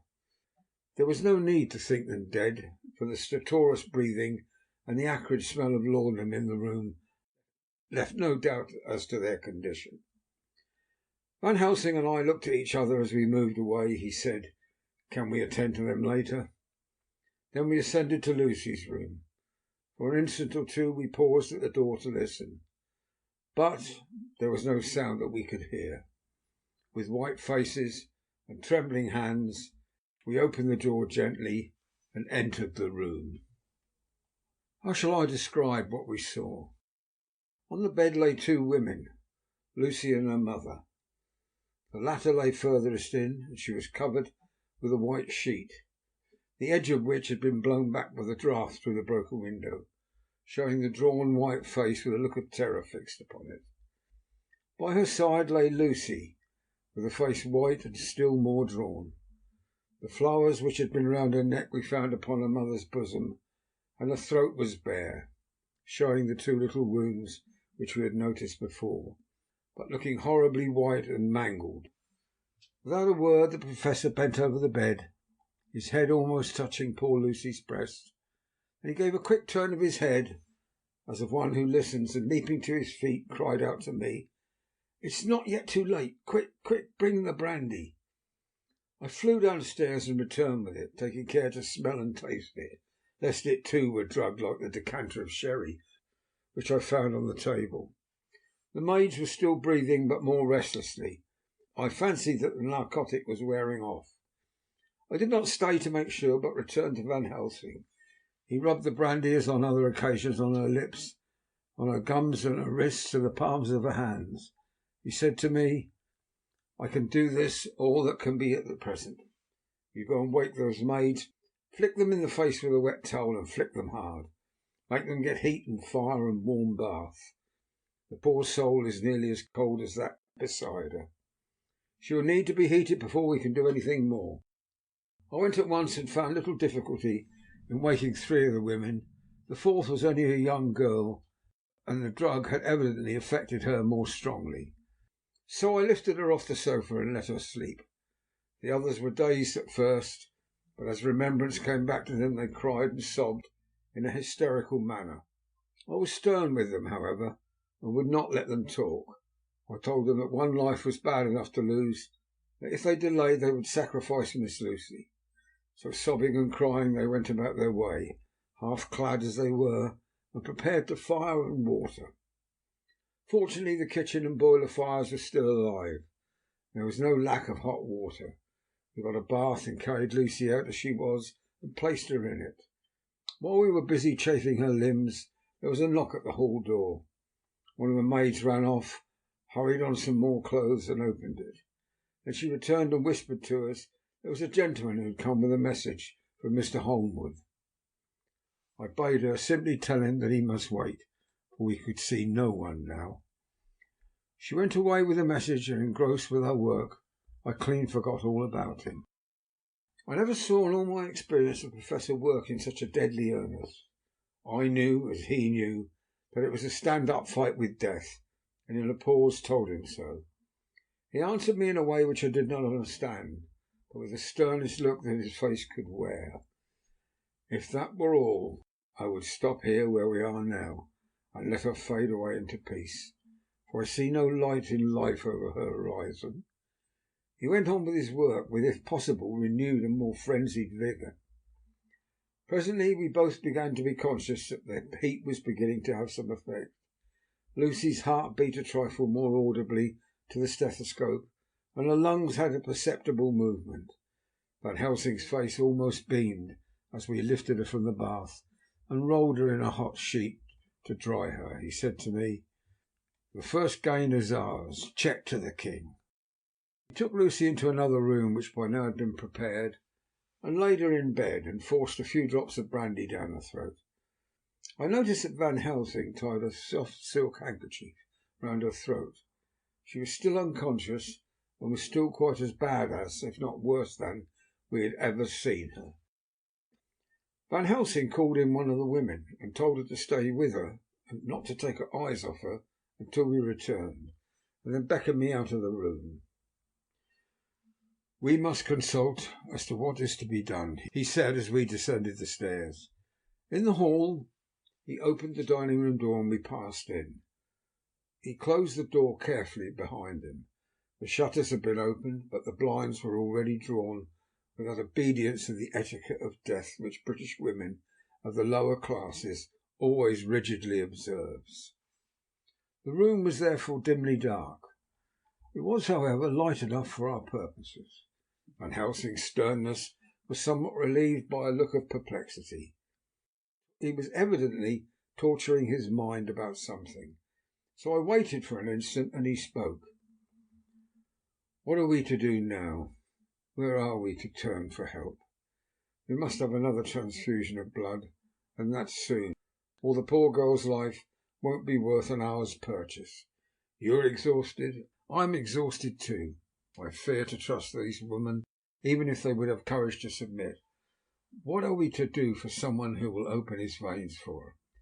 What's the matter with me, anyhow?" The voice came from the sofa across the room, and its tones brought relief and joy to my heart, for they were those of Quincy Morris. Van Helsing startled angrily at the first sound, but his face softened and a glad look came into his eyes.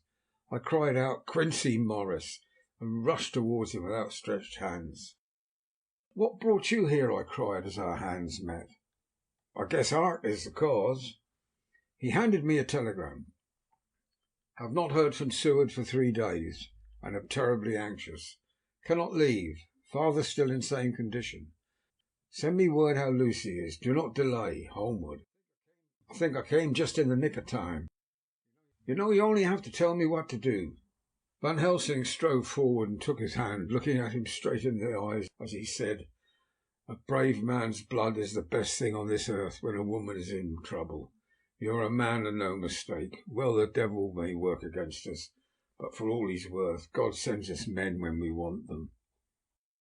Once again we went through that ghastly operation. I have not the heart to go through with the details.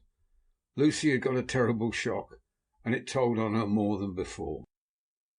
Although plenty of blood went into her veins, her body did not respond to the treatment as well as on other occasions.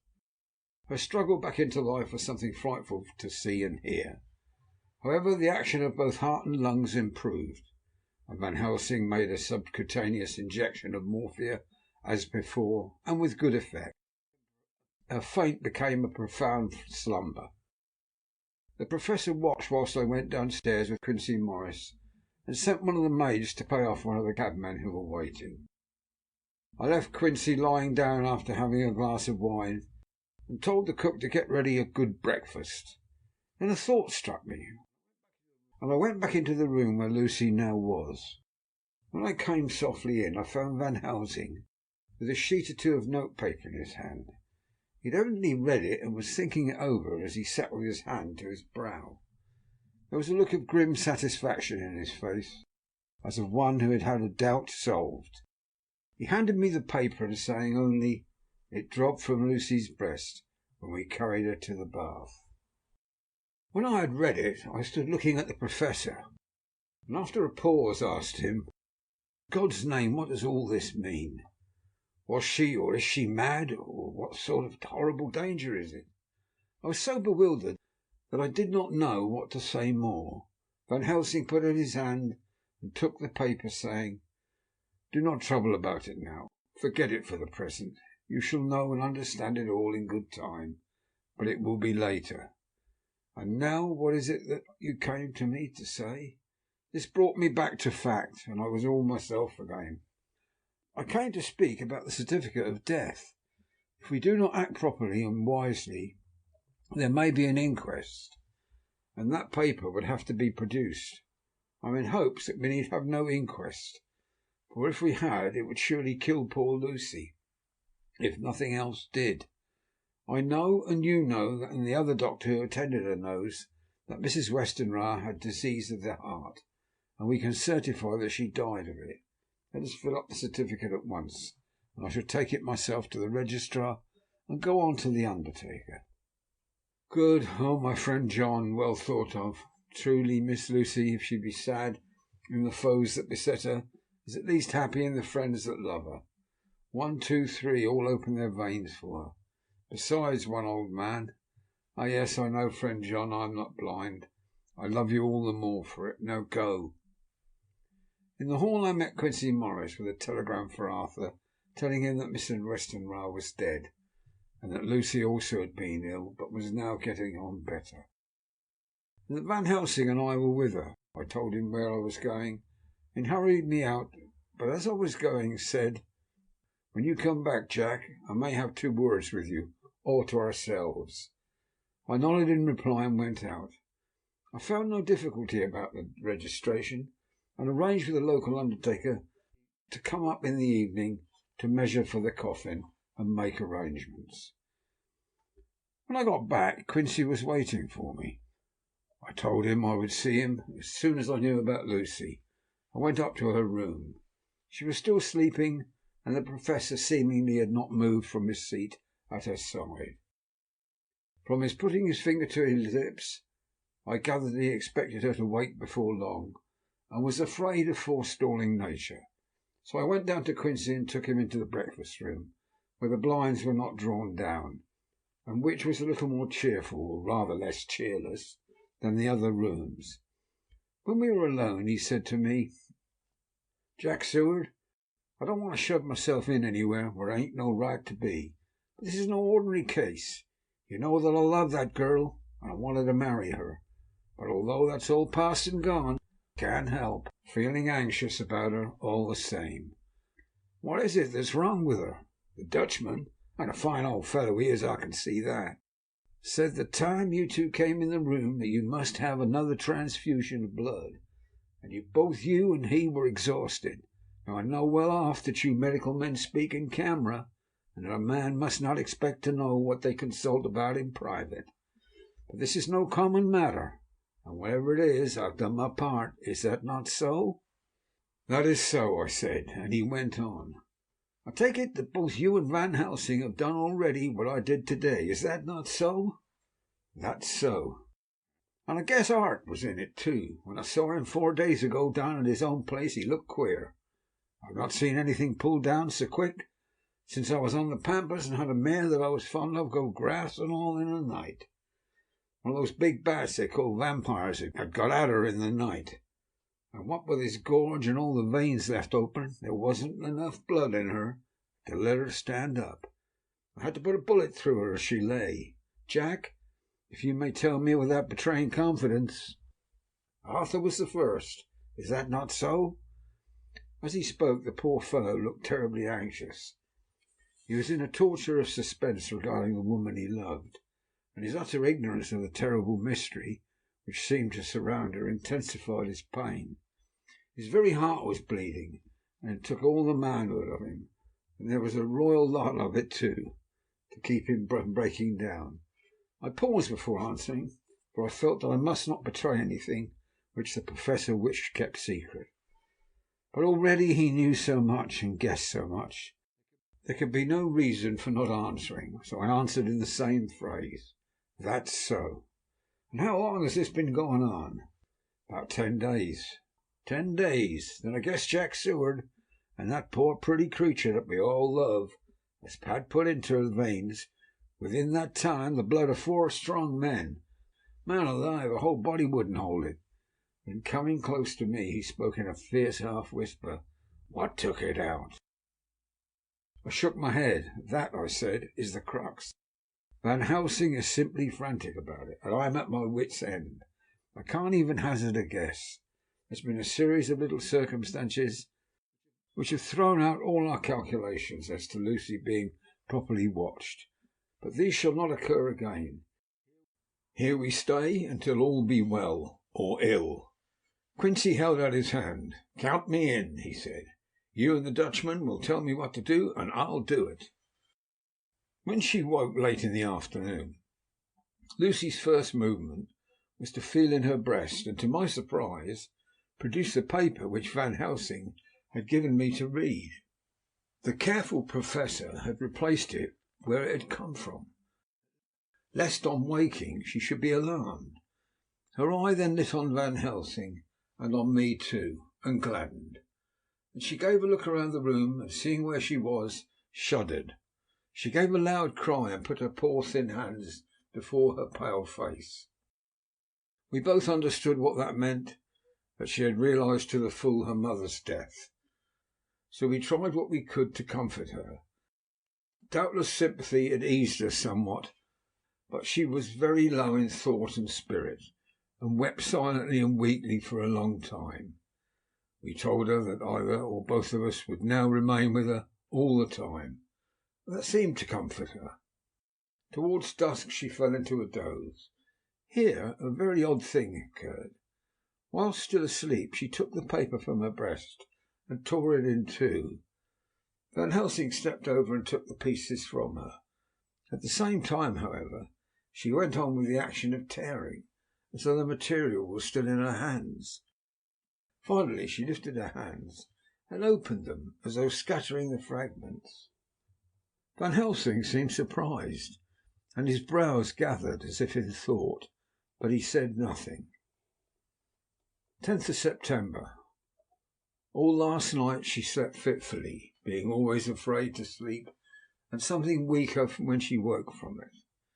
The professor and I took it in turns to watch, and we never left her for a moment unattended. Quincy Morris said nothing about his intention, but I knew that all night long he patrolled round and round the house. When the day came, its searching light showed the ravages in poor Lucy's strength. She was hardly able to turn her head, and the little nourishment which she could take seemed to do her no good. At times she slept. Both Van Helsing and I noticed the difference in her between the sleeping and waking. Whilst asleep she looked stronger, although more haggard, and her breathing was softer. Her open mouth showed the pale gums drawn back from the teeth, which thus looked positively longer and sharper than usual. When she woke, the softness of her eyes had evidently changed the expression, for she looked at her own self, although a dying one, in the afternoon, and asked for Arthur, and we telegraphed for him. Quincy went off to meet him at the station. When he arrived it was nearly 6 o'clock, and the sun was setting full and warm, and the red light streamed in through the window and gave more colour to the pale cheeks. When he saw her, Arthur was simply choking with emotion, and none of us could speak. In the hours that had passed, the fits of sleep or the comatose condition that passed for it had grown more frequent, so that the pauses when conversation was possible were shortened. Arthur's presence, however, seemed to act as a stimulant. She rallied a little and spoke to him more brightly than she had done since we arrived. He too pulled himself together and spoke as cheerily as he could, so that the best was made of everything. It was now nearly 1 o'clock, and he and Van Helsing are sitting with her. I am to relieve them in quarter of an hour. I am entering this on Lucy's phonograph. Until 6 o'clock they are to try to rest. I fear that tomorrow will end our watching, for the shock has been too great. The poor child cannot rally. God help us all. Letter Mina Harker to Lucy Westenra, unopened by her.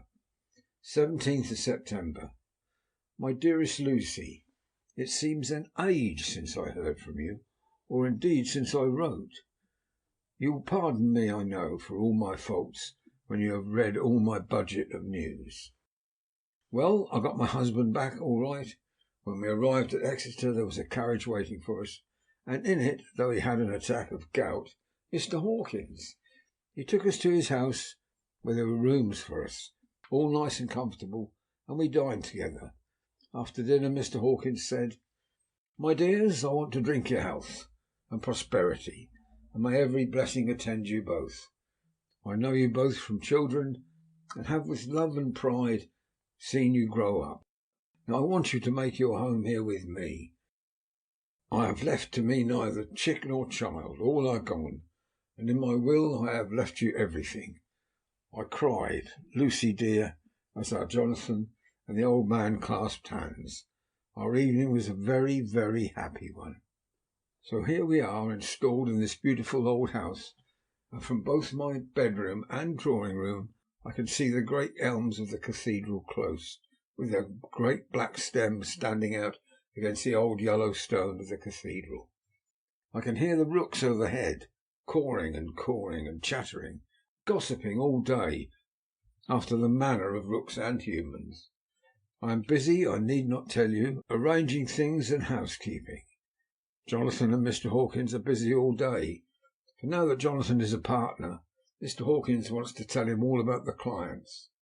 "How is your dear mother getting on? I wish I could run up to town for a day or two and see you, dear, but I dare not go yet, with so much on my shoulders.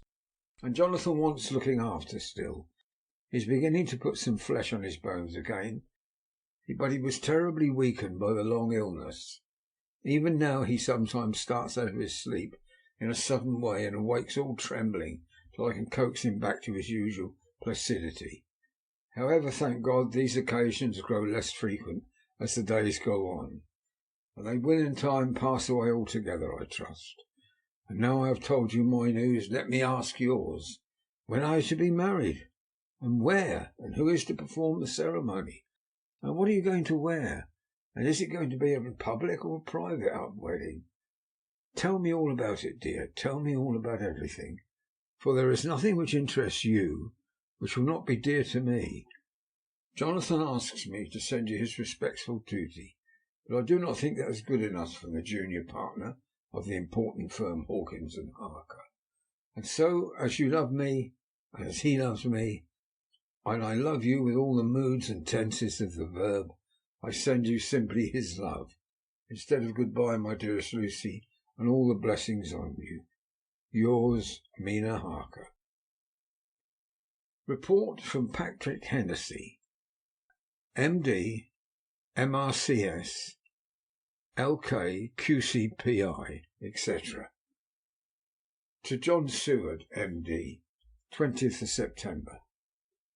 My dear Sir, in accordance with your wishes, I enclose a report of the conditions of everything left in my charge. With regard to your patient Renfield, there is more to say. He's had another outbreak which might have had a dreadful ending, but which, as it fortunately happened, was unattended with any unhappy result. This afternoon a carrier's cart with two men made a call at the empty house whose grounds abut on ours. The house to which you will remember the patient twice ran away. The men stopped at our gate to ask the porter their way. As they were strangers, I was myself looking out of the study window, having a smoke after dinner, and saw one of them come up to the house. As he passed the window of Renfield's room, the patient began to rant from within, and called him all the foul names he could lay his tongue to.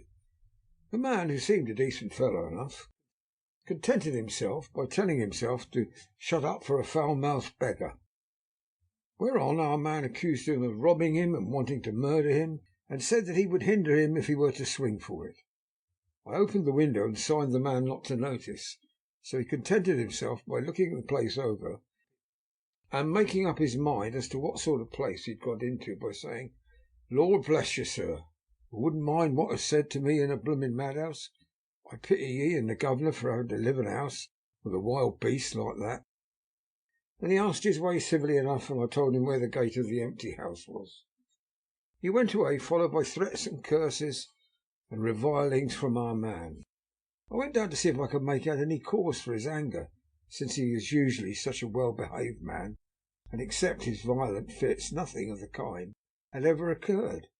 I found him, to my astonishment, quite composed and most genial in his manner. I tried to get him to talk of the incident, but he blandly asked me questions as to what I meant, and led me to believe he was completely oblivious to the affair. It was, I am sorry to say, however, only another instance of his cunning, for within half an hour I heard of him again. This time he broke out through the window of his room and was running down the avenue. I called the attendants to follow me and ran after him, for I feared he was intent on some mischief. My fear was justified when I saw the same cart which had passed before coming down the road, having on it some great wooden boxes. The men were wiping their foreheads and were flushed in the face, as if with violent exercise. Before I could get up to him, the patient rushed at them, pulling one of them off the cart, and began to knock his head against the ground. If I had not seized him just at that moment, I believe he would have killed the man there and then. The other fellow jumped down and struck him over the head with the butt end of his heavy whip. It was a terrible blow, but he did not seem to mind, but it seized him also, and struggling with the three of us, pulling us to and fro as if we were kittens. You know I'm no lightweight, and the others were both burly men. At first he was silent in his fighting. As we began to master him, the attendants were putting a strait waistcoat on him. He began to shout, "I'll frustrate them. They shan't rob me. They shan't murder me by inches. I'll fight for my lord and master," and all sorts of similar incoherent ravings. It was with a very considerable difficulty that they got him back to the house and put him in the padded room. One of the attendants, Hardy, had a finger broken. However, I set it all right, and he's going on well. The two carriers were at first loud in their threats of action for damages, and promised to rain all the penalties of the law upon us.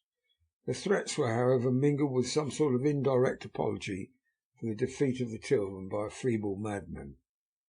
They said that if it had not been for the way their strength had been spent in carrying and raising the heavy boxes to the cart, they would have made short work of him. They gave us another reason for their defeat, the extraordinary state of truth to which they had been reduced by the dusty nature of their occupation, and the reprehensible distance from the scene of their labours of any place of public entertainment. I quite understood their drift, and after a stiff glass of grog, or rather more of the same, and with each with a sovereign in hand, made light of the attack, and swore they would encounter a worse madman any day for the pleasure of meeting so blooming good a bloke as your correspondent. I took their names and addresses in case they might be needed. They are as follows: James Smollett of Dudding's Rents, King's George's Road, Great Walworth, and Thomas Snelling, Peter Farley's Road, Guide Court, Bethnal Green. They are both in the employment of Harris and Sons, Moving and Shipment Company, Orange Masters Yard, Soho. I shall report to you any matter of interest occurring here, and shall wire you at once if there's anything of importance. Believe me, dear sir, yours faithfully, Patrick Hennessy. Letter Mina Harker to Lucy Westenra, unopened by her. 18th of September. My dearest Lucy, such a sad blow has fallen us. Mr. Hawkins has died very suddenly. Some may think it not so sad for us, but we had both come to so love him that it really seems as though we had lost a father. I never knew either father or mother, so that the dear old man's death is a real blow to me. Jonathan is greatly distressed. It is not only that he feels sorrow, deep sorrow, for the dear good man who has befriended him all his life, and now at the end has treated him like his own son, and left him a fortune, which people of our modest bringing up is wealth beyond the dreams of avarice. But Jonathan frets it on another account. He says the amount of responsibility which it puts upon him makes him nervous. He begins to doubt himself. I try to cheer him up, and my belief in him helps him have a belief in himself. But it is here that the grave shock he experienced tells upon him the most. Oh, it's too hard, that sweet, simple, noble, strong nature such as his, a nature which enabled him, our dear good friend's aid, to rise from clerk to master in a few years, should be so injured that the very essence of its strength has gone. Forgive me, dear, if I worry you with my troubles in the midst of your own happiness. But, Lucy, dear, I must tell someone, for the strain of keeping up a brave and cheerful appearance to Jonathan tries me. I have no one here I can confide in. I dread coming up to London, as we must do the day after tomorrow. For poor Mr. Hawkins left in his will that he was to be buried in the grave with his father. As there are no relations at all, Jonathan will have to be chief mourner. I shall try to run over to see you, dearest, if only for a few minutes. Forgive me for troubling you. With all blessings, your loving Mina Harker. Dr. Seward's Diary, 20th of September. Start again. Dr. Seward's Diary.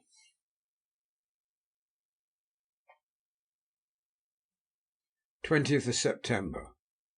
Only resolution and habit can let me make an entry tonight.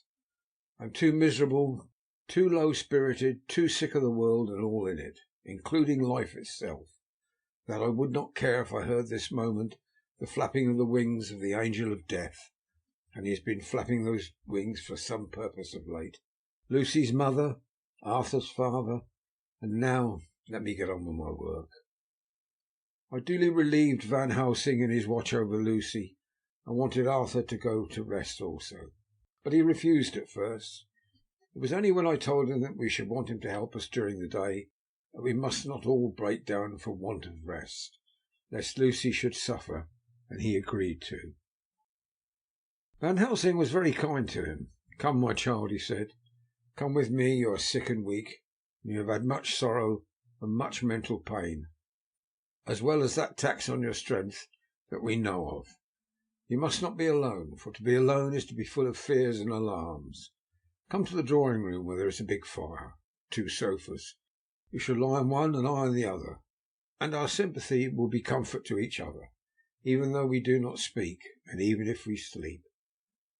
Arthur went off with him, casting back a longing look on Lucy's face, which lay in her pillow almost whiter than the lawn. She lay quite still. I looked round the room to see that all was as it should be. I could see that the Professor had carried out in this room, as in the others, his purpose of using garlic till the whole of the window sashes reeked with it, and round Lucy's neck, over the silk handkerchief of which Van Helsing made her keep on, was a rough chaplet of the same odorous flowers. Lucy was breathing somewhat stertorously, and her face was at its worst. The open mouth showed the pale gums. Her teeth in the dim, uncertain light seemed longer and sharper than they had been in the morning. In particular, by some trick of the light, the canine teeth looked longer and sharper than the rest. I sat down by her, and presently she moved uneasily.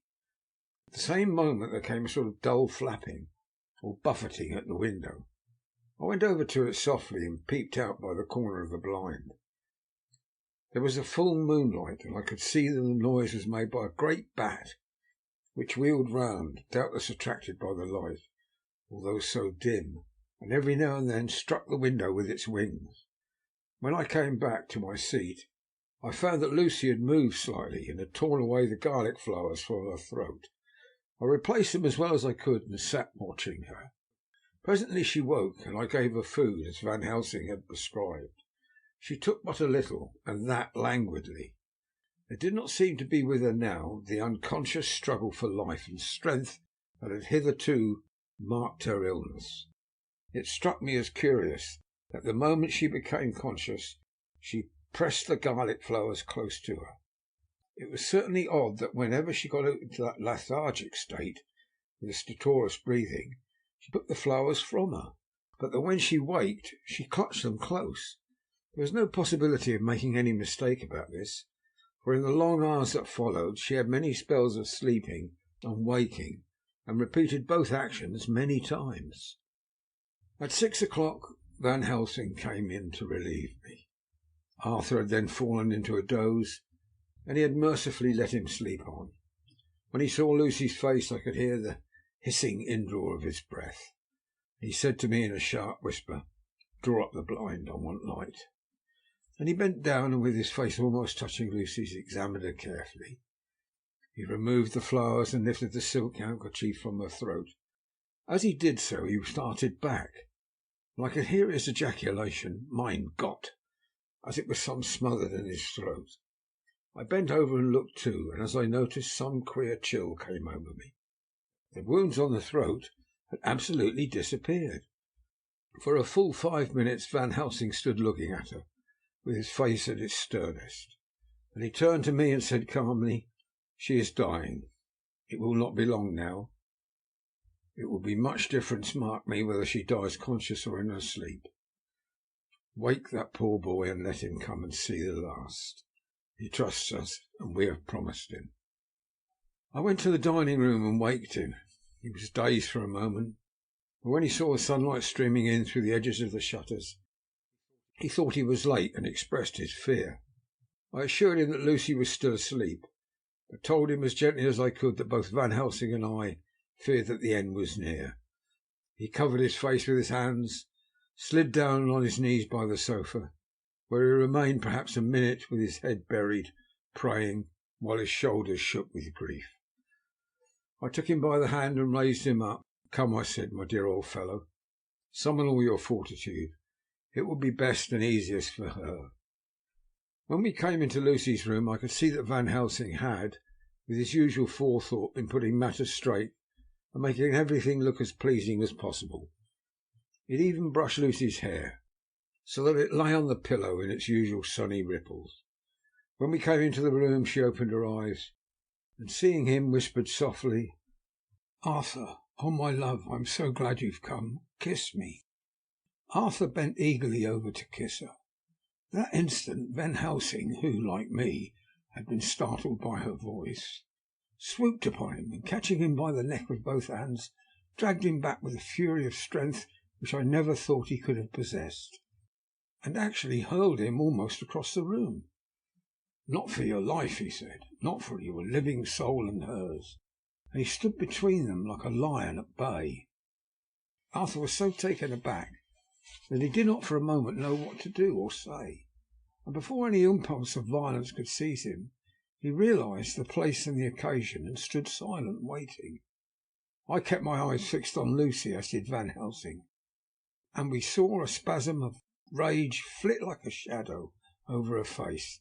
The sharp teeth champed together, then her eyes closed and she breathed heavily. Very shortly after she opened her eyes in all their softness, and putting out her poor pale hand, took Van Helsing's great brown one. Drawing it to her, she kissed it. "My true friend," she said in a faint voice, but with untellable pathos, "my true friend, and his, oh, guard him and give me peace." "I swear it," he said solemnly, kneeling beside her, and holding up his hand as one who registers an oath. He turned to Arthur and said to him, "Come, my child, take her hand in yours and kiss her on the forehead only once." Their eyes met instead of their lips, and so they parted. Lucy's eyes closed, and Van Helsing, who had been watching closely, took Arthur's arm and drew him away. And then Lucy's breathing became stertorous again, and all at once it ceased. "It's all over," said Van Helsing. "She is dead." I took Arthur by the arm and led him away to the drawing-room, where he sat down and covered his face with his hands, sobbing in a way that nearly broke me down to see. I went back to the room and found Van Helsing looking at poor Lucy, and his face was sterner than ever. Some change had come over her body.